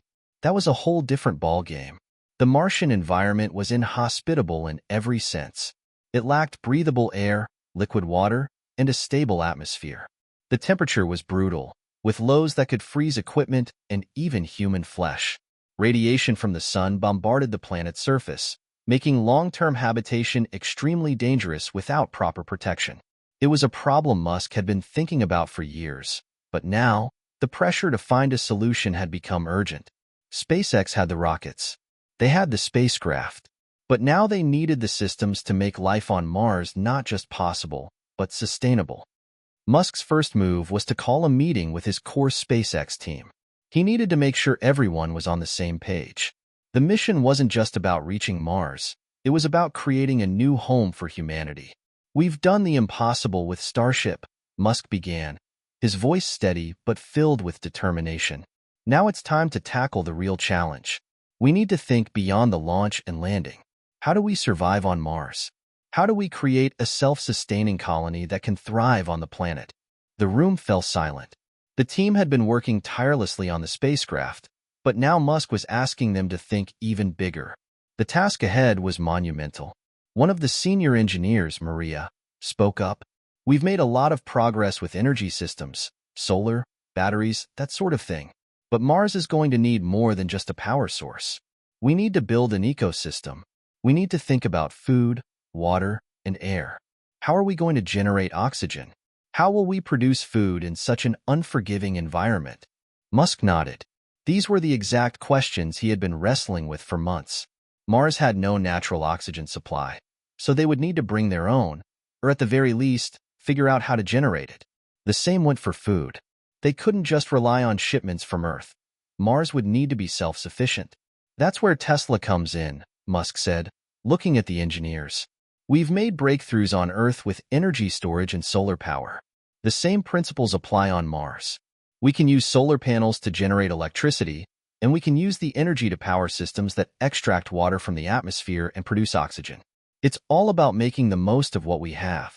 The less we rely on Earth, the better. The team members exchanged looks of both excitement and apprehension. It was a daunting task, but Musk's confidence was contagious. If anyone could figure it out, it was them. We've also been working on a closed-loop life support system, said James, another lead engineer. We've already started testing some prototypes in the lab. If we can perfect it, we could recycle air, water, and waste in such a way that the colony would be completely self-sustaining. Perfect, Musk said, his eyes lighting up. That's exactly what we need. But we have to move fast. Every day we spend planning is a day we're losing. The government is already asking for concrete timelines. We need to start testing these systems in real-world conditions. Mars is waiting for us, and it's not going to wait forever. The team got to work. Over the next few weeks, SpaceX's engineers collaborated with Tesla's energy division to design a set of life support systems that could function on Mars. They developed solar-powered water extractors that would pull moisture from the Martian atmosphere and convert it into drinking water. They designed greenhouses that could grow food using minimal resources. And most importantly, they worked on a way to generate oxygen by splitting carbon dioxide from the Martian atmosphere, a process called electrolysis. Musk was constantly on the move, checking in with each department, offering feedback, and pushing the team to stay focused. He knew that this was the most critical phase of the Mars mission. Everything hinged on the success of the life support systems. If they couldn't make the colony sustainable, all their efforts would be in vain. But there was still another challenge to tackle: radiation. The lack of a protective magnetic field on Mars meant that the surface was constantly bombarded by harmful radiation from the sun. The only way to protect the colonists would be to build habitats that could shield them from the radiation. Musk spent hours thinking about this problem, meeting with his team and brainstorming possible solutions. The answer, he realized, was simple. They would need to bury the habitats beneath the Martian soil. Mars had a relatively thin atmosphere, but it was enough to shield against some radiation. By building the habitats underground, they could not only protect the colonists from radiation, but they could also insulate them from the extreme temperatures on the surface. It was a brilliant solution, but it came with its own set of challenges. Excavating Mars soil would require advanced machinery, and the underground habitats would need to be airtight and capable of supporting life for extended periods. But Musk was undeterred. He knew that the team had the skills to overcome these obstacles. They had already overcome so much. By the time SpaceX was ready for the first full-scale test of the life support systems, Musk was exhausted. But there was no time to rest. The pressure was on, and he knew they couldn't afford any mistakes. They needed to prove that they could sustain human life on Mars, once and for all. The test took place in the high deserts of California, where the conditions were as close to Mars as Earth could offer. The team had set up a mock Martian habitat, complete with a greenhouse, solar panels, and water extractors. They spent days running simulations, testing every system to ensure it would function flawlessly on Mars. When the day of the final test arrived, Musk stood at the control center, watching the monitors intently. The systems were running smoothly, and everything seemed to be functioning as planned. The solar panels were generating enough power to run the life support systems. The greenhouse was producing oxygen, and the water extractors were producing clean drinking water. But then, just as they were about to wrap up the test, a minor glitch occurred in the oxygen system. It was a small issue, something easily fixable, but for Musk, it was a wake-up call.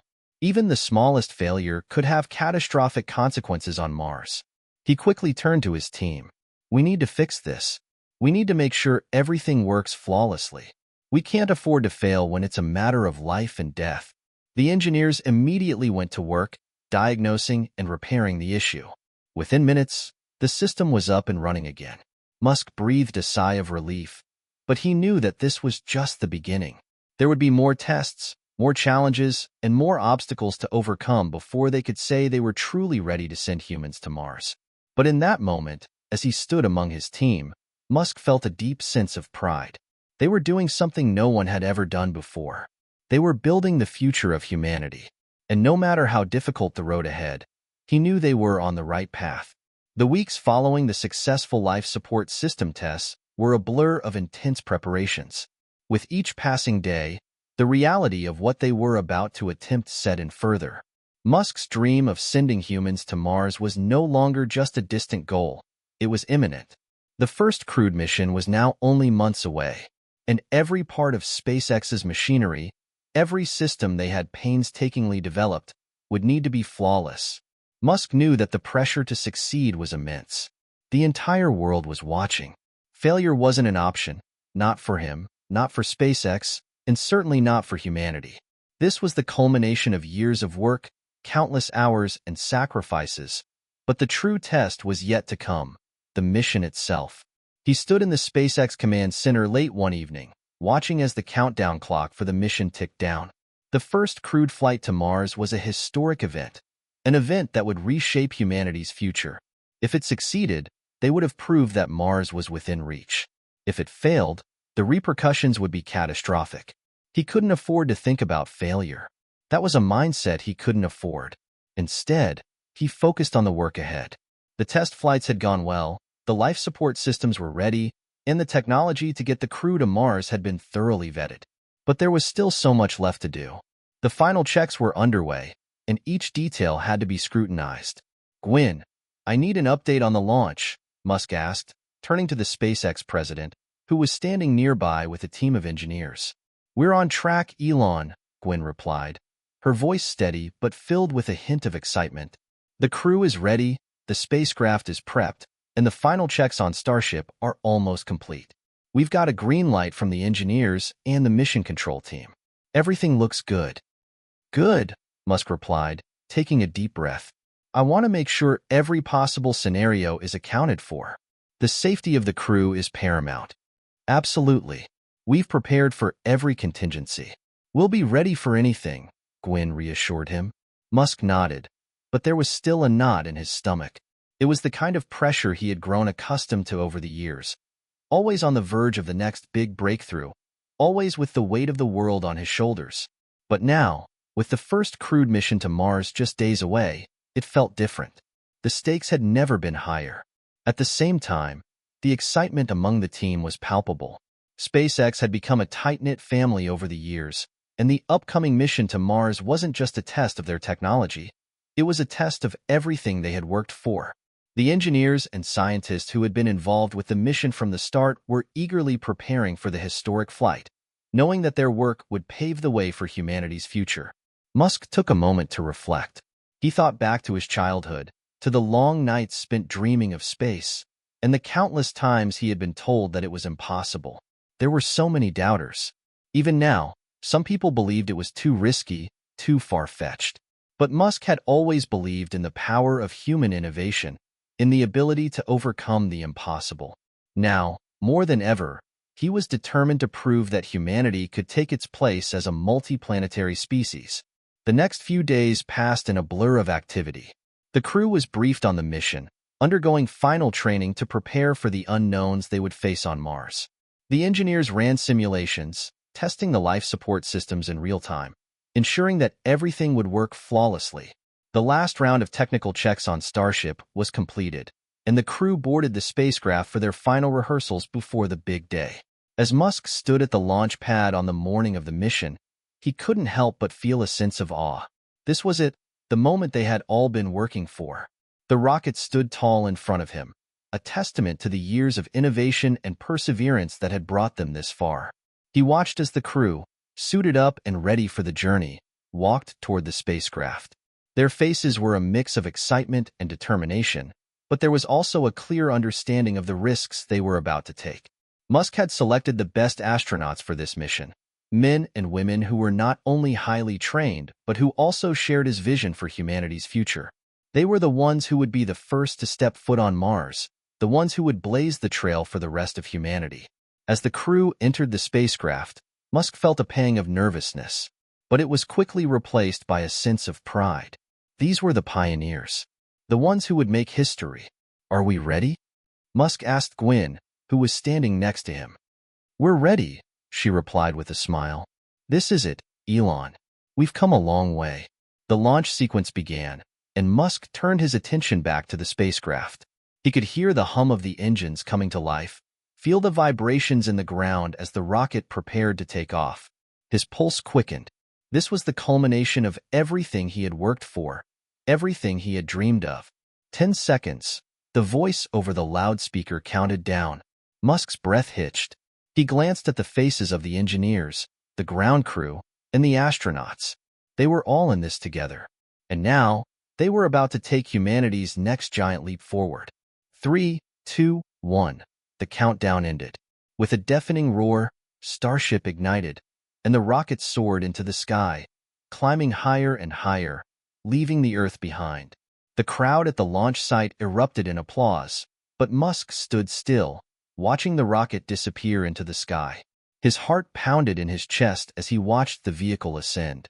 This was no longer a dream. The mission was underway. Humanity was on its way to Mars. As the spacecraft disappeared from view, Musk felt a mixture of exhilaration and anxiety. The mission was now in the hands of the crew, the engineers, and the technology they had spent years perfecting. The next step, getting the crew safely to Mars and back, was the true test. The journey ahead would be fraught with challenges, but for now, Musk allowed himself a moment of satisfaction.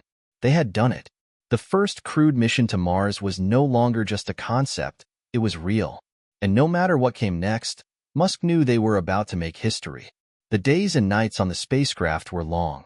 As Starship cruised through the vacuum of space, the crew settled into a routine.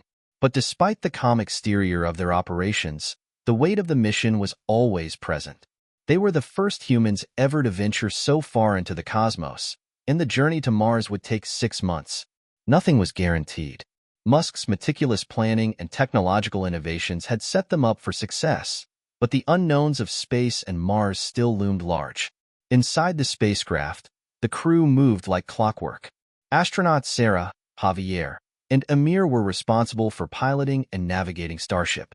Dr. Emma, the mission's chief medical officer, oversaw the health and well-being of the crew, while Luca, the flight engineer, made sure the spacecraft systems remained operational. Each of them had undergone months of rigorous training, but nothing could fully prepare them for what lay ahead.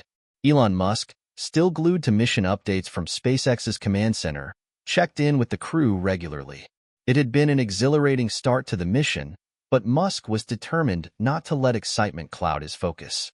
They were just getting started, and he knew that the hardest part was still to come.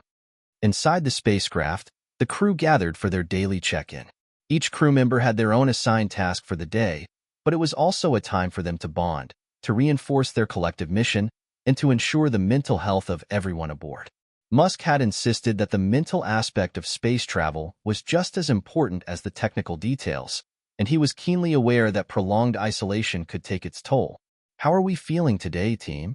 Sarah asked as she checked in with the others, her calm voice setting the tone. She was the captain of the mission, and her steady demeanor was vital to keeping everyone focused. "It's surreal," Dr. Emma said with a slight smile. "We're officially on our way to another planet. It still feels like a dream, but the work is real. We're all in this together." Javier nodded, looking out the porthole.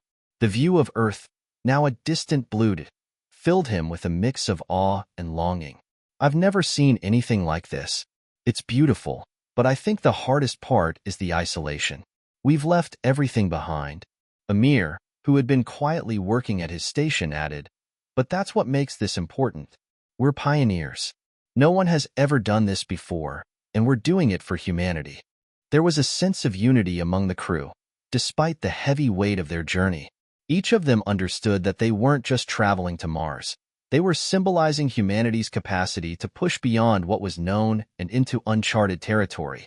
Musk had personally chosen each member of the crew, knowing that their personalities and capabilities had to mesh well under the extreme conditions of space. This team was more than a group of skilled astronauts. They were the embodiment of hope for a future on Mars. Together, they would lay the groundwork for what Musk believed would be the future of humanity. As Starship continued its journey, it cruised past the asteroid belt, and the crew began to encounter the reality of deep space. Even though the spacecraft was equipped with the latest technologies, there was still an unnerving silence in the emptiness of space.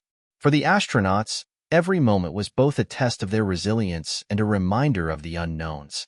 One afternoon, as the crew settled into their tasks, the calm routine was shattered by a sudden alert. "Luca, what's going on?" Sarah asked, turning to the flight engineer, who was frantically tapping at his console. "It's the propulsion system," Luca said, his voice strained. "We're losing power in one of the thrusters. It's a minor issue, but if it doesn't get fixed, we'll start drifting off course." Musk's heart skipped a beat as the news filtered through to SpaceX's command center. He had been aware of every potential risk, but he couldn't ignore the rising panic within himself. There was no margin for error. Not now. Luca's hands flew over the controls, coordinating with SpaceX's engineers to troubleshoot the issue. The team back on Earth went to work immediately, analyzing data and providing instructions on how to stabilize the thruster system. The spacecraft would be fine, but the crew knew that every glitch, no matter how minor, was a step toward testing their limits. After what felt like an eternity, Luca turned to Sarah with a smile. "We're back online. The thruster's working again. It was just a small malfunction in the system that was easily repaired." The relief was palpable. But for Musk, this was a sobering reminder of how unpredictable space could be. He stayed in close contact with the team, instructing them to keep monitoring all systems vigilantly. One problem could cascade into something far more severe if not caught early enough. In the days that followed, Musk and his team pored over data, adjusting their calculations and anticipating the challenges they might face in the coming months. There were still many hurdles to overcome, but the crew's resilience and skill were unquestionable. They were learning to adapt to the vastness of space in ways that would make or break this mission. And then, weeks into the journey, a more pressing challenge arose. "Sarah," Dr. Emma said one morning, her face unusually serious, "I've noticed a trend. Amir's blood pressure is rising, and he's showing signs of early dehydration. It's nothing serious yet, but I want to monitor it closely." Sarah's face hardened as she turned to Amir, who was sitting at his station, his face pale. "How are you feeling, Amir?" "I'm fine," Amir replied, but his voice didn't sound convincing. "It's just the adjustment to space. I'll be fine. Let's keep monitoring, but we need to be proactive," Dr. Emma insisted. "I'm going to increase hydration protocols, and I want to run a few more tests. It's better to catch these things early." Musk's heart sank as the news reached him on Earth. Even small health issues could spiral out of control on a mission to Mars. The isolation, the lack of gravity, and the mental strain could affect the astronauts in unexpected ways. The pressure was mounting, and Musk could only hope that his team's thorough preparations would keep them safe. As the days turned into weeks, the crew continued to face the reality of life in deep space. The journey to Mars was no longer an abstract idea. It was an adventure that tested every aspect of human endurance. The crew's strength, both physical and emotional, would be tested in ways they had never imagined. Musk, watching from the control center on Earth, knew that the mission was far from over. The hard part, the true test, was only just beginning. The weeks on Starship stretched out endlessly as the crew ventured deeper into the unknown. With each passing day, the distance between Earth and Mars grew, leaving the crew with nothing but the vast, empty expanse of space around them. It was a silence that felt both profound and eerie, a silence that seemed to close in on them from all sides. For the astronauts aboard, the sense of isolation was becoming increasingly palpable. Despite the advanced technology and the comfort of the spacecraft, the reality of being light years away from home weighed on them. Their only connection to Earth was the communication link that allowed them to speak with Musk and the team back at SpaceX. But even that connection, despite being constant, couldn't alleviate the feeling of being truly alone. Sarah, the mission's captain, was doing her best to keep morale high. She was a natural leader, calm under pressure and always focused on the mission. But even she could feel the strain beginning to show, especially as they neared the halfway point of the journey. The crew was accustomed to long periods of isolation, but nothing prepared them for this. They weren't just isolated from their families and loved ones. They were isolated from the entire human race. Each day felt like a battle against time and space itself. The crew had their work to keep them busy: routine checks, system maintenance, and continuing training for their landing on Mars. But there was only so much work to do, and soon the hours started to blur together. One evening, as the crew gathered in the common area for their usual check-in, the conversation turned somber. "Sarah, do you ever think about the fact that we're completely alone out here?" Javier asked, his voice unusually quiet. He had always been the most jovial of the crew, but the strain was starting to show in his eyes. "I think about it every day," Sarah admitted. "We're doing something that no one else has ever done. But sometimes, it feels like the weight of the world is on my shoulders. Every decision, every action we take could determine the success of this mission. And every mistake could cost us everything." Amir, sitting across from Sarah, nodded. "It's not just the work, though. It's the silence, the endless quiet. We've left Earth behind, and now all we have is each other. And that's a good thing, but it's also hard. I miss the noise, the chaos of life down there. It's so different up here." Dr. Emma, who had been quiet up until then, spoke up, her voice soft but resolute. "This is why we need to keep our mental health in check. We're in a pressure cooker, but we have each other. We have the mission, and we have to remind ourselves why we're doing this. It's bigger than us." "Exactly," Sarah said, her voice firm but gentle. "We're not just astronauts. We're pioneers. And pioneers don't give up, no matter how hard it gets." There was a brief silence as the crew exchanged glances. It was a moment of vulnerability, a rare admission of how heavy the journey was weighing on them. But even in that moment of shared struggle, there was a sense of unity that bound them together. They were in this together, and that was what mattered. The conversation shifted, and they discussed their daily tasks and the protocols they had put in place for maintaining their mental and physical health. But beneath the surface of routine, the unease lingered. This journey was not just a test of their technical abilities. It was a test of their resilience, their ability to withstand the psychological toll of being so far from home.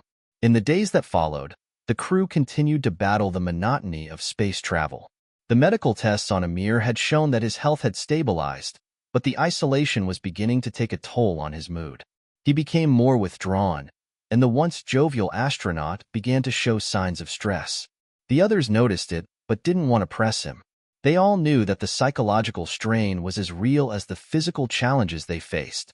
Meanwhile, back at SpaceX's command center, Musk was watching the crew's progress with growing concern. He knew that psychological health was just as important as technical readiness when it came to a mission like this. He had read the reports, had received updates from Dr. Emma, and had been in constant communication with the crew, but he could sense that the mental strain was starting to show.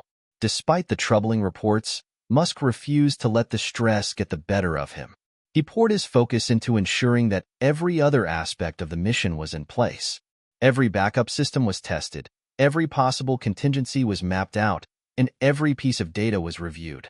But he couldn't shake the feeling that there was something he hadn't anticipated. The human element, the emotional strain of isolation, and the immense pressure was harder to prepare for than any system failure or technical glitch.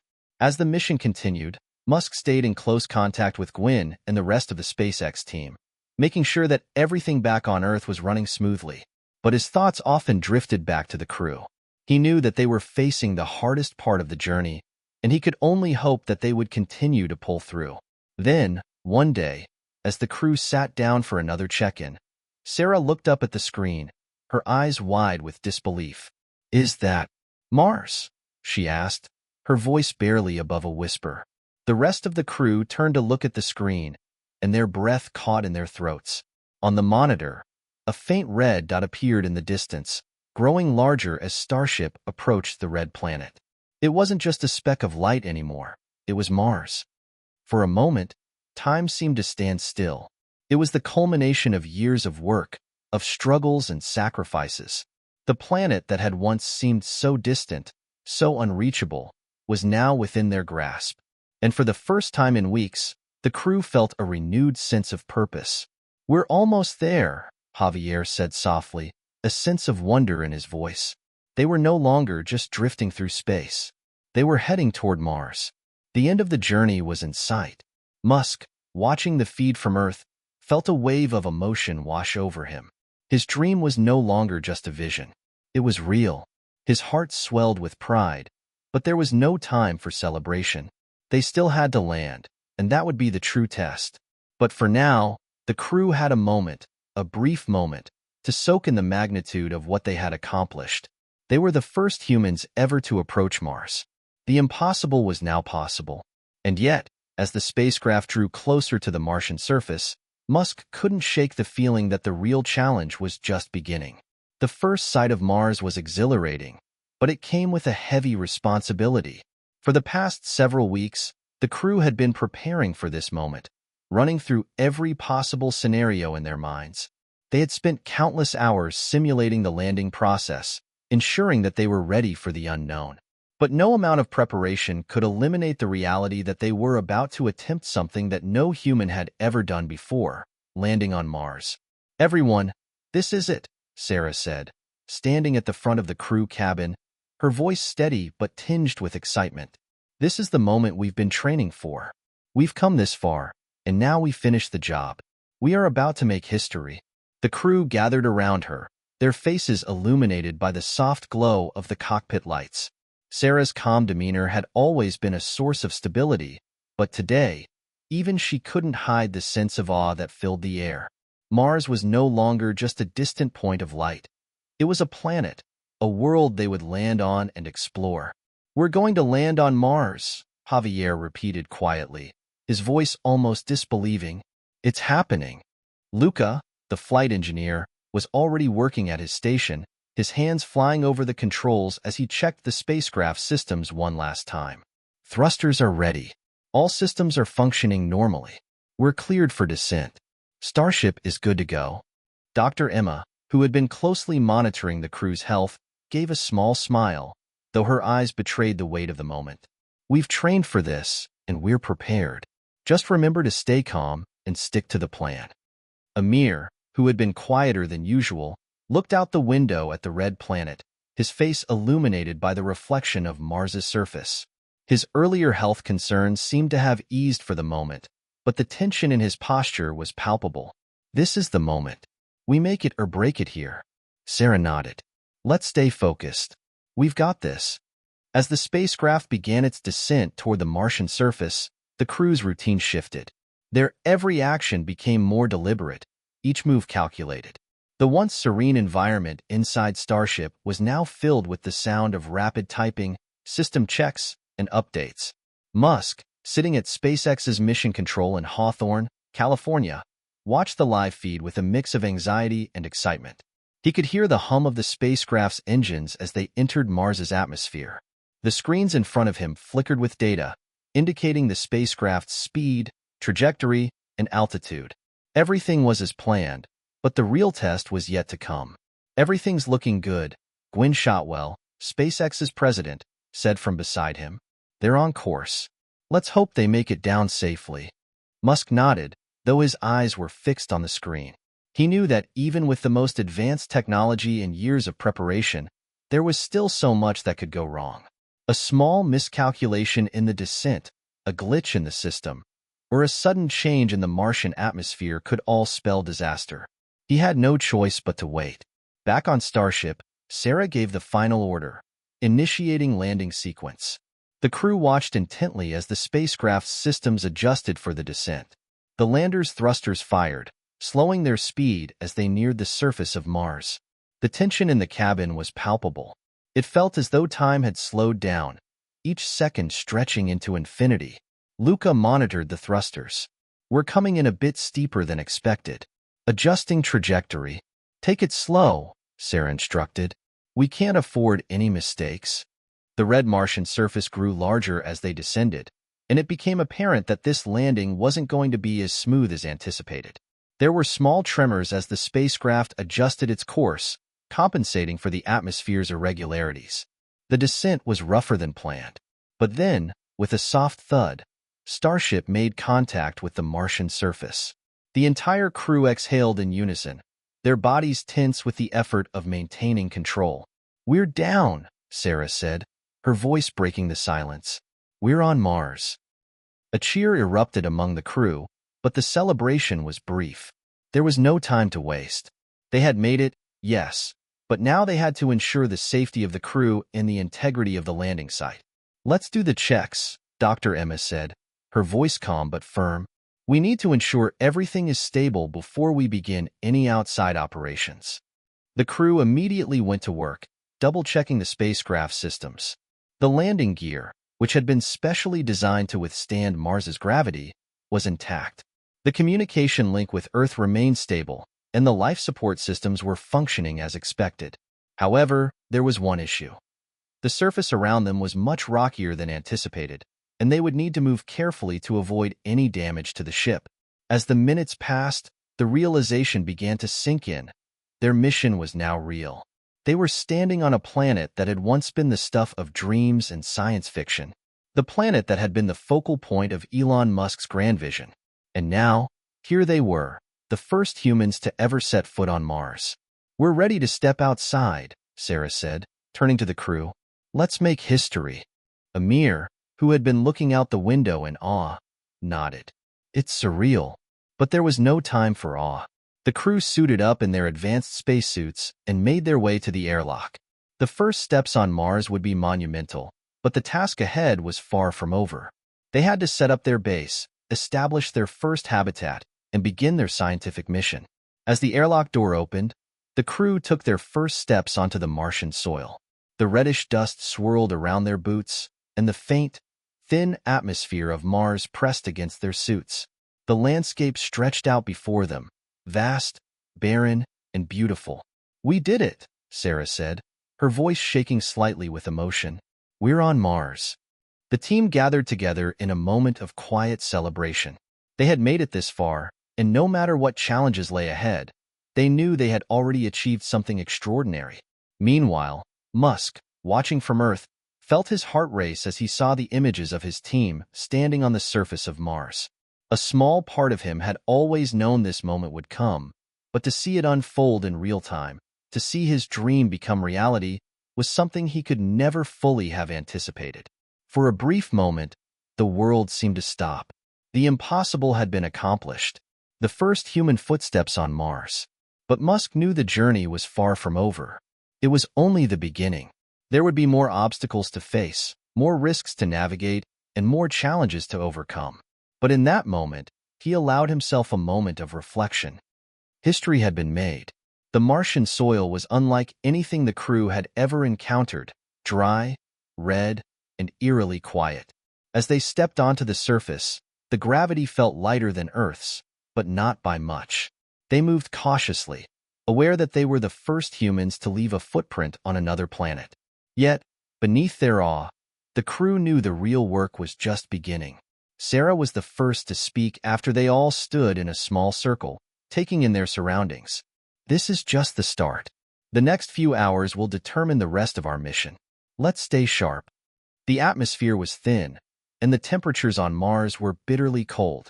Their spacesuits, designed to keep them safe from both the lack of breathable air and the harsh conditions, were bulky but efficient. Inside the helmets, the crew could only communicate through radio, their voices muffled through the suits. Despite the silence of the planet, they all had the sense that they were making history. But for the team, the thrill of the moment was tempered by a collective focus on the task ahead. "Okay, team," Lucas said, glancing at his display. "We have about 2 hours of daylight before the sun sets. We need to deploy the habitat modules and secure the landing zone for the rest of the equipment." Javier, who had always been the most optimistic member of the crew, gave a thumbs up from behind his visor. "I can't believe we're actually here. This is unreal." Dr. Emma nodded, adjusting her helmet. "It is unreal, but it's not the time to get distracted by how amazing this is. We've got a schedule to keep." "Right," Sarah said, her voice calm but filled with determination. "First things first, let's set up the habitat module. We'll need it up and running before nightfall. The last thing we want is to spend our first night exposed to the elements."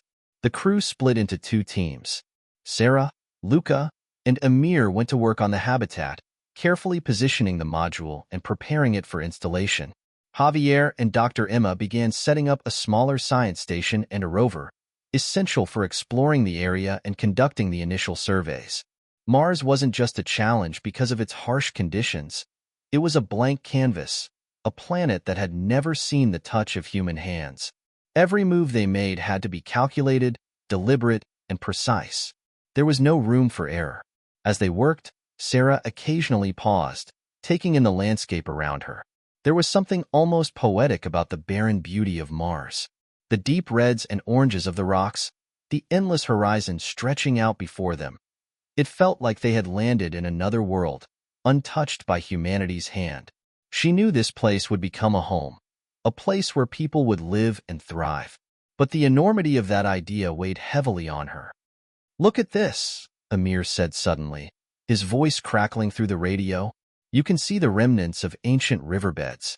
Mars may have once had liquid water, maybe even life." Dr. Emma, always intrigued by the scientific possibilities, immediately joined him at the rover. "Let's document this. This is important. We can analyze this when we have a chance." While Dr. Emma and Amir examined the ground, Sarah, Luca, and Javier were busy setting up the habitat module. They worked with precision, knowing that every step of the process would be scrutinized. If they could get the habitat operational quickly, it would provide a safe environment for the crew as they began their more in-depth studies. After several hours of hard work, the habitat was set up and stable. The exterior was reinforced with materials designed to withstand the Martian winds and the thin atmosphere. Inside, the crew could find shelter, oxygen, and warmth, a much-needed respite from the cold, hostile environment outside. The Martian day had started to fade, and the temperature was already dropping. "We've done it," Lucas said, his voice full of pride. "The module is ready. We can sleep inside tonight." But as Sarah prepared to lead the crew inside the module, a strange sensation gripped her. She turned to look back at the Martian horizon. There was something eerie about the emptiness of the planet, something that made her feel small, insignificant. For a moment, she wondered if the human race had truly prepared itself for the isolation that came with exploring Mars. They were so far from Earth, so completely cut off. "Everything okay, Sarah?" Luca asked, noticing the hesitation in her stance. "Yeah," she replied, shaking herself out of the thought. It's surreal. We've come so far, but we still have so much to do." "That's right," Luca agreed. "This is just the beginning." As they entered the habitat, the warmth of the controlled environment was a welcome relief from the freezing cold outside. It was small, but it would serve as their base of operations for the foreseeable future. It had been designed with all the necessary systems to support life: oxygen generation, water recycling, temperature control, and communications with Earth. Once inside, the crew took a moment to gather around the central table. They were all visibly exhausted, but there was a sense of accomplishment in the air. Their first day on Mars had been a success, but as Sarah looked at each of her crew members, she couldn't shake the feeling that this mission had only just begun. Mars was a harsh, unforgiving world. They had no idea what would come next. "All right, everyone," Sarah said, breaking the silence. "We're safe for the night, but tomorrow we have a lot of work ahead of us. Let's get some rest and hit the ground running in the morning. We have a lot to learn about this planet, and we're the ones who get to do it." The crew nodded in agreement. The weight of the mission was heavy on their shoulders, but they were ready for whatever came next. They had come this far. There was no turning back now. Back on Earth, Musk sat in his private office, staring at the video feed of the crew and the habitat. They were safe. They had accomplished something incredible, and yet he couldn't stop thinking about the bigger picture. The future of humanity was out there, on Mars. But it would take more than this initial success to ensure humanity's survival on another planet. Musk's mind raced with possibilities. The technology had to keep advancing. The infrastructure on Mars had to grow, and they needed more people to come and help. A single successful landing wasn't enough. The true challenge lay in what came next. He couldn't let his dreams stop here. One step at a time, Musk murmured to himself. One step at a time. And so, the journey continued. The Martian night was colder than anything the crew had anticipated. The temperature inside the habitat was controlled, but the air outside was an unforgiving icebox, plummeting to nearly minus 100 degrees Celsius. It was hard to imagine that, not long ago, they had been looking up at Mars from Earth, wondering what it would be like to stand on its surface. Now, here they were, alive, safe, and standing at the edge of humanity's next great leap. But even as they settled into their habitat, the silence of Mars began to feel more ominous. Inside, the crew huddled around the central table, exhausted after a long first day. Even in the warmth of the habitat, the weight of the unknown pressed down on them. They were safe, for now. But they knew that the real test of their mission had only just begun. Sarah stood up and paced around the room, mentally reviewing their progress. The habitat is stable, the equipment is deployed, and we've gathered some preliminary scientific data, she said, her voice steady but carrying the weight of their situation. But there's a lot more work ahead. Tomorrow, we need to start the long-term planning for our research. We can't afford to waste time. I agree, Lucas said, sitting back in his chair. But we need to make sure everything is working before we take on more ambitious tasks. For example, the rover's airlock needs to be tested again. We can't risk a malfunction out there. Dr. Emma looked up from her tablet, where she had been reviewing health data from the crew. Everyone is in good shape for now. No signs of altitude sickness or radiation exposure. But we'll need to keep monitoring everything. Prolonged exposure to Mars' atmosphere is still a concern. Amir was quiet, his face pensive. He had been the most affected by the isolation, though he hadn't spoken much about it. Now, his concerns were more evident. How long do we have before things start going wrong? He asked, his voice low. I mean, the Earth isn't exactly right next door. If something breaks, how do we fix it? We're as prepared as we can be, Sarah replied, meeting his eyes. We've got the tools, the knowledge, and the backup systems to handle most issues. But yes, there's always that risk. Mars won't give us any second chances. There was an unspoken understanding in the room that no one was immune from the psychological toll of this mission. Despite the breathtaking views and the immense sense of accomplishment, Mars wasn't a welcoming place. Every day felt like a battle with the elements, and every night was a stark reminder of their isolation. If anything went wrong, it wouldn't just be a technical failure. It would be a life-or-death situation. Luca broke the silence with a chuckle, trying to lighten the mood. You know, after all this time, I kind of miss the sounds of traffic, the hustle and bustle of Earth. Javier grinned. Yeah, that constant honking and people yelling. It's really starting to sound pretty good right now. Amir allowed himself a small laugh, but the heaviness of their circumstances still hung in the air. Even humor couldn't fully erase the unease that had settled in. Later that night, after the crew had retired to their sleeping quarters, Sarah lay in her bunk staring at the ceiling. The faint hum of the life support systems was a constant presence in the background, but her thoughts drifted to Earth, her family, her friends, the simple comforts of home. They were so far from everything now. She was the leader of a mission that had the potential to change the course of human history, but it came at a cost. Her thoughts were interrupted by a soft beep coming from her tablet. She glanced at the screen, which displayed a message from Musk. Sarah, how's everything going on Mars? Let me know if you need anything. I'm always available. She paused before typing a reply. Everything's going as planned, but the isolation is starting to take its toll. We're adjusting, but it's still early. She hit send, then sat back, thinking about how much Musk's vision had cost, how much it had taken for them to get to this point. His messages were always brief, but Sarah had come to appreciate his unspoken trust in her and her team. The pressure, however, was undeniable. The world was watching, and so were future generations. This wasn't just a mission. It was a statement about what humanity was capable of. The next morning, the crew gathered in the main section of the habitat, preparing for their next tasks. The Martian sun was beginning to rise, casting a weak orange glow across the landscape outside. It was a surreal sight. The light on Mars was different from anything they had seen on Earth, almost ethereal. "All right," Sarah said, taking charge again. "Today we need to run a series of environmental tests, soil samples, radiation levels, and atmospheric conditions. Dr. Emma, you and Amir will handle the soil and radiation readings. Luca and I will take care of the rover and make sure the airlock is working properly." "I'll start prepping the rover," Luca said, already moving toward the equipment lockers. "If we find anything unexpected, I'll report back right away." The team split up, each member focused on their specific tasks. Sarah and Luca worked on the rover, troubleshooting its airlock and checking its power supply. The rover was essential for their long-term exploration, but it wasn't without its quirks.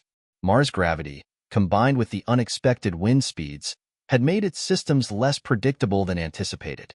Meanwhile, Dr. Emma and Amir made their way outside, each wearing the bulky spacesuits that allowed them to safely conduct their tests. The harsh Martian winds tugged at their suits as they walked across the dusty plain. They couldn't help but marvel at the vastness of it all, even as they focused on their tasks. "Radiation levels seem stable for now," Dr. Emma said, checking her instruments, "but we'll need to monitor them closely. Mars' atmosphere doesn't protect against cosmic radiation as much as Earth's does. Long-term exposure could be a risk." Amir nodded. "Right. It's one thing to survive on Mars for a few weeks. It's another to think about living here for years, or even longer." As the day wore on, the tasks that seemed simple at first grew more complex. Every test had to be performed meticulously, every sample carefully stored. There was no room for error. Each discovery was significant, but it was also a reminder of how fragile their position was on the planet. They were isolated in a world where life could easily slip away if they weren't constantly vigilant. By the end of the day, Sarah gathered the crew in the habitat. They were exhausted, but there was a sense of accomplishment in the air. The rover was working fine, and the environmental tests had returned promising results. Mars, for all its challenges, was beginning to reveal its secrets. "We've made progress," Sarah said, "but we've only scratched the surface. We're here to learn, to build, and to prepare for the next phase of this mission. So, get some rest. Tomorrow, we keep moving forward." As the crew settled in for the night, the gravity of their situation seemed to settle deeper within them. They had made it this far, but there was still so much to do. Mars wasn't just a place to visit. It was a challenge, one that would test their resolve, their ingenuity, and their humanity. And they were only just beginning. The morning on Mars arrived with a pale glow, weak but persistent.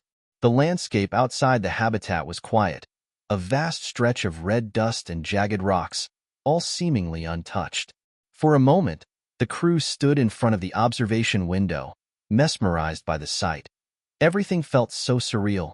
The adventure they had embarked on was no longer just an idea or a dream. It was real. But as Sarah gazed out at the Martian horizon, she couldn't ignore the growing weight on her chest. The pressure was increasing, not just from the mission but from within the crew itself. Tensions that had been simmering beneath the surface were beginning to bubble up, subtle at first but undeniable now. The crew had been on Mars for several weeks, and the constant isolation, combined with the demands of the mission, were beginning to take their toll. The days were long, and the tasks were exhausting. There was always something that needed attention, equipment that required calibration, tests that needed to be run, systems to be checked. But what they weren't talking about was the toll on their mental health. The loneliness of being millions of miles away from Earth was eating at them, inch by inch. "All right, team," Sarah said, snapping back to reality as she turned from the window. "Today, we'll be focusing on mapping the terrain for potential future sites. We need to know where we can set up additional habitats, mining stations, and research facilities. It's critical for our long-term survival." The crew nodded in agreement, but there was something unspoken in the room. Sarah noticed Amir fiddling with the settings on his tablet, a subtle but clear sign of distraction. Luca seemed distant, his eyes focused on the screen in front of him, but he wasn't really looking at it. Even Dr. Emma, normally a picture of calm and precision, appeared slightly on edge. "We've got this," Sarah added, trying to keep the morale up, though she could feel her own uncertainty seeping through her words. As they prepped for the day's work, she made a mental note to keep an eye on the crew. They were resilient, but every human being had a breaking point. Mars had a way of amplifying the smallest of stresses. One wrong move, one moment of inattention, could lead to disaster. The crew moved out in pairs, each taking a rover to explore different sections of the terrain. The vast expanse of Mars seemed to stretch endlessly in every direction. Each team was tasked with documenting the terrain and gathering data on soil composition, potential water sources, and any other signs that could indicate a more hospitable part of the planet. It was the kind of scientific work that could change the future of human colonization on Mars, but it was also tedious and time-consuming. As Sarah and Luca drove across the landscape in one of the rovers, the air between them felt unusually tense. Sarah was more focused than ever, trying to shake the unease that had crept into her thoughts. Luca, on the other hand, was uncharacteristically quiet. "Luca, is everything all right?" Sarah asked, glancing over at him. He didn't answer immediately, his gaze fixed on the road ahead. "Yeah, I'm fine. Just thinking." "About what?" Luca sighed. "I don't know. I just feel like we're running out of time. Things aren't moving fast enough, and we're so far from help. It's like every decision we make carries this huge weight." "It's hard." Sarah understood. The pressure was mounting, and the weight of responsibility was beginning to crack even the most stoic among them. She took a deep breath, forcing herself to stay calm. "I get it. We're all feeling it. But the only thing we can do right now is take one step at a time. We'll figure it out together." They drove in silence for a few more minutes before Luca spoke again. "Do you ever think we've taken on too much? I mean, trying to set up a permanent base on Mars. It's huge, Sarah. What if we fail?" The question hit her like a punch to the gut. What if they failed? Mars didn't offer second chances. If they made a mistake, it could cost them everything. She had no doubt they were all prepared for the technical challenges of the mission, but the psychological strain was a different animal altogether. They were human, after all. "I can't think like that, Luca," Sarah replied, her voice more firm than she felt. "We can't afford to think like that. We're here for a reason. We've trained for this, and we have the knowledge and resources. We just need to trust each other." "Yeah, you're right." He didn't sound convinced, but he nodded, trying to put on a brave face. As they continued driving across the Martian surface, the rover's wheels kicking up red dust, Sarah kept a close eye on the rest of the team. They weren't the only ones struggling. Later that afternoon, the crew reconvened back at the habitat, tired and covered in Martian dust. But the physical exhaustion didn't seem to match the weight they were all carrying. Dr. Emma had a hard time hiding her frustration when she discussed the soil samples. "The soil here isn't as rich in minerals as we hoped. It's not going to be easy to grow food here, not without a significant amount of artificial support." Amir, who had been unusually quiet all day, finally spoke up. "We knew that going in, Emma. We knew the challenges, and we've been prepping for it. But," he hesitated, his voice low, "I don't know how much longer I can handle this. The isolation, the constant work, the pressure. It's starting to break me. I'm not sure I'm the right person for this." The room went silent. Sarah could feel the weight of Amir's words pressing on everyone. It wasn't just him. They were all struggling in their own way. "We're all feeling it," Sarah said softly, trying to find the right words. "But we've been through worse, haven't we? We're not alone in this. And we won't be alone as long as we keep working together." Luca nodded, but his expression remained distant. There was a tangible unease in the room now, a crack in the armor that had held them together for weeks. The mission had always been about more than just exploring Mars. It was about human perseverance.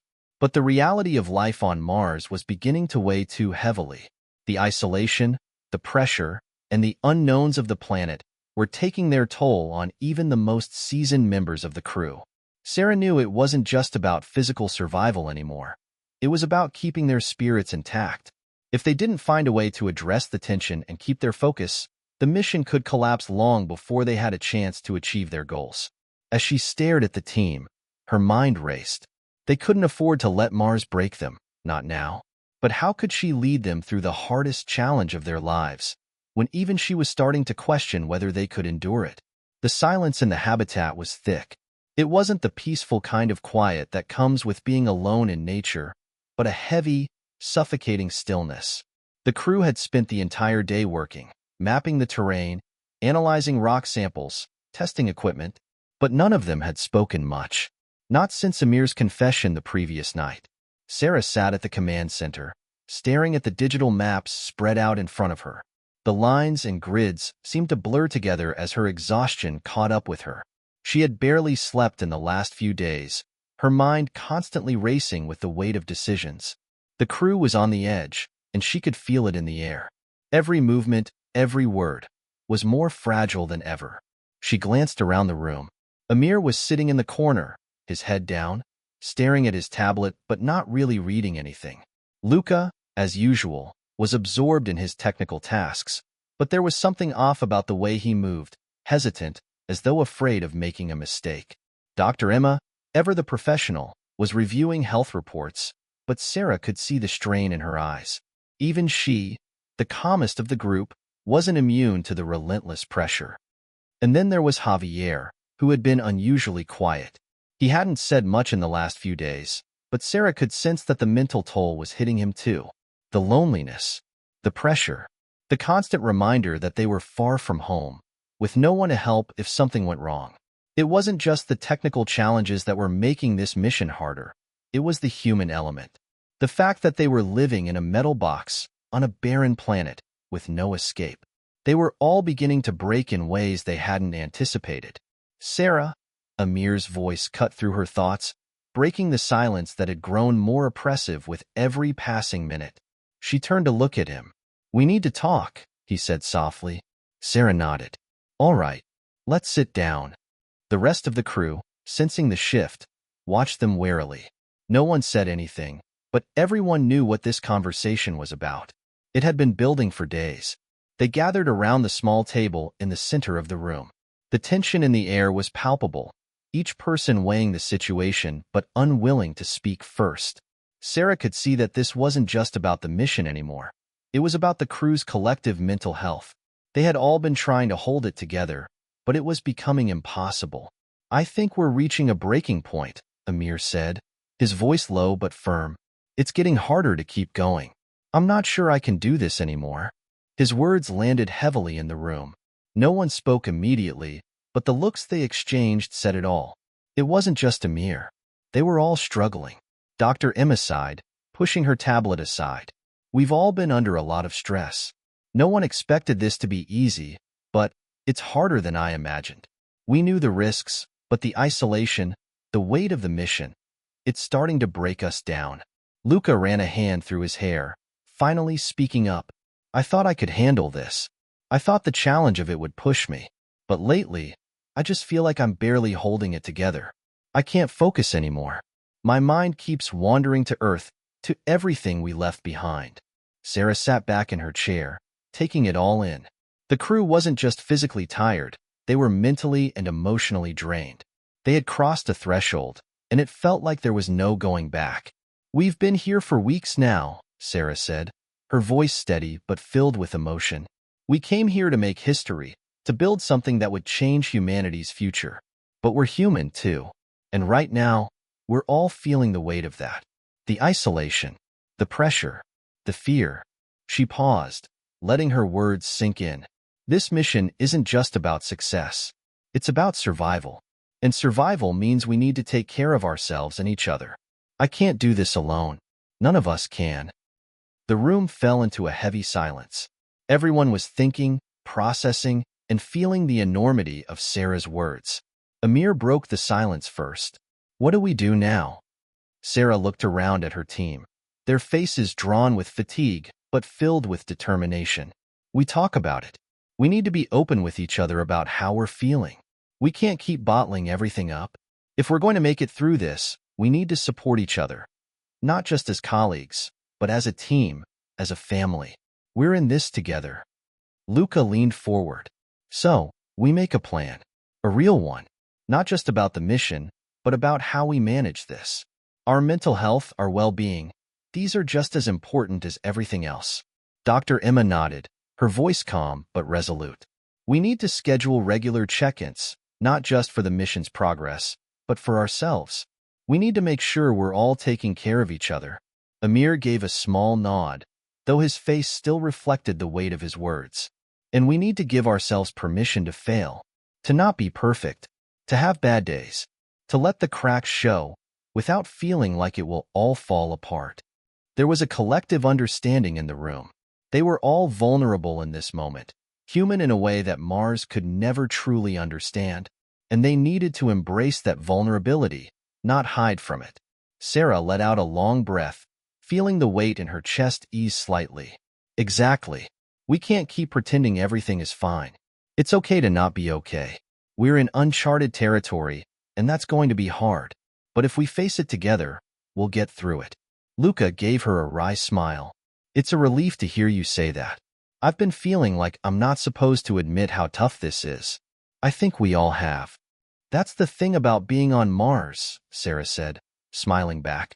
It's not just the challenges of the planet. It's the challenges of being human, and that's something we all need to acknowledge. Amir stood up, his shoulders slightly less tense than before. All right then, let's take it one day at a time. We're in this together. The rest of the crew nodded in agreement. The decision was made, not just about the mission, but about how they were going to approach the rest of the journey. They had been living in a pressure cooker, but now they had a plan to let off some of that steam. It wasn't a perfect solution, but it was a start. And in a place like Mars, that was all they could hope for. Hit subscribe and leave a comment with where you're watching from. This story might just spark a new beginning. What's one thing that always pushes you forward, even when things get tough?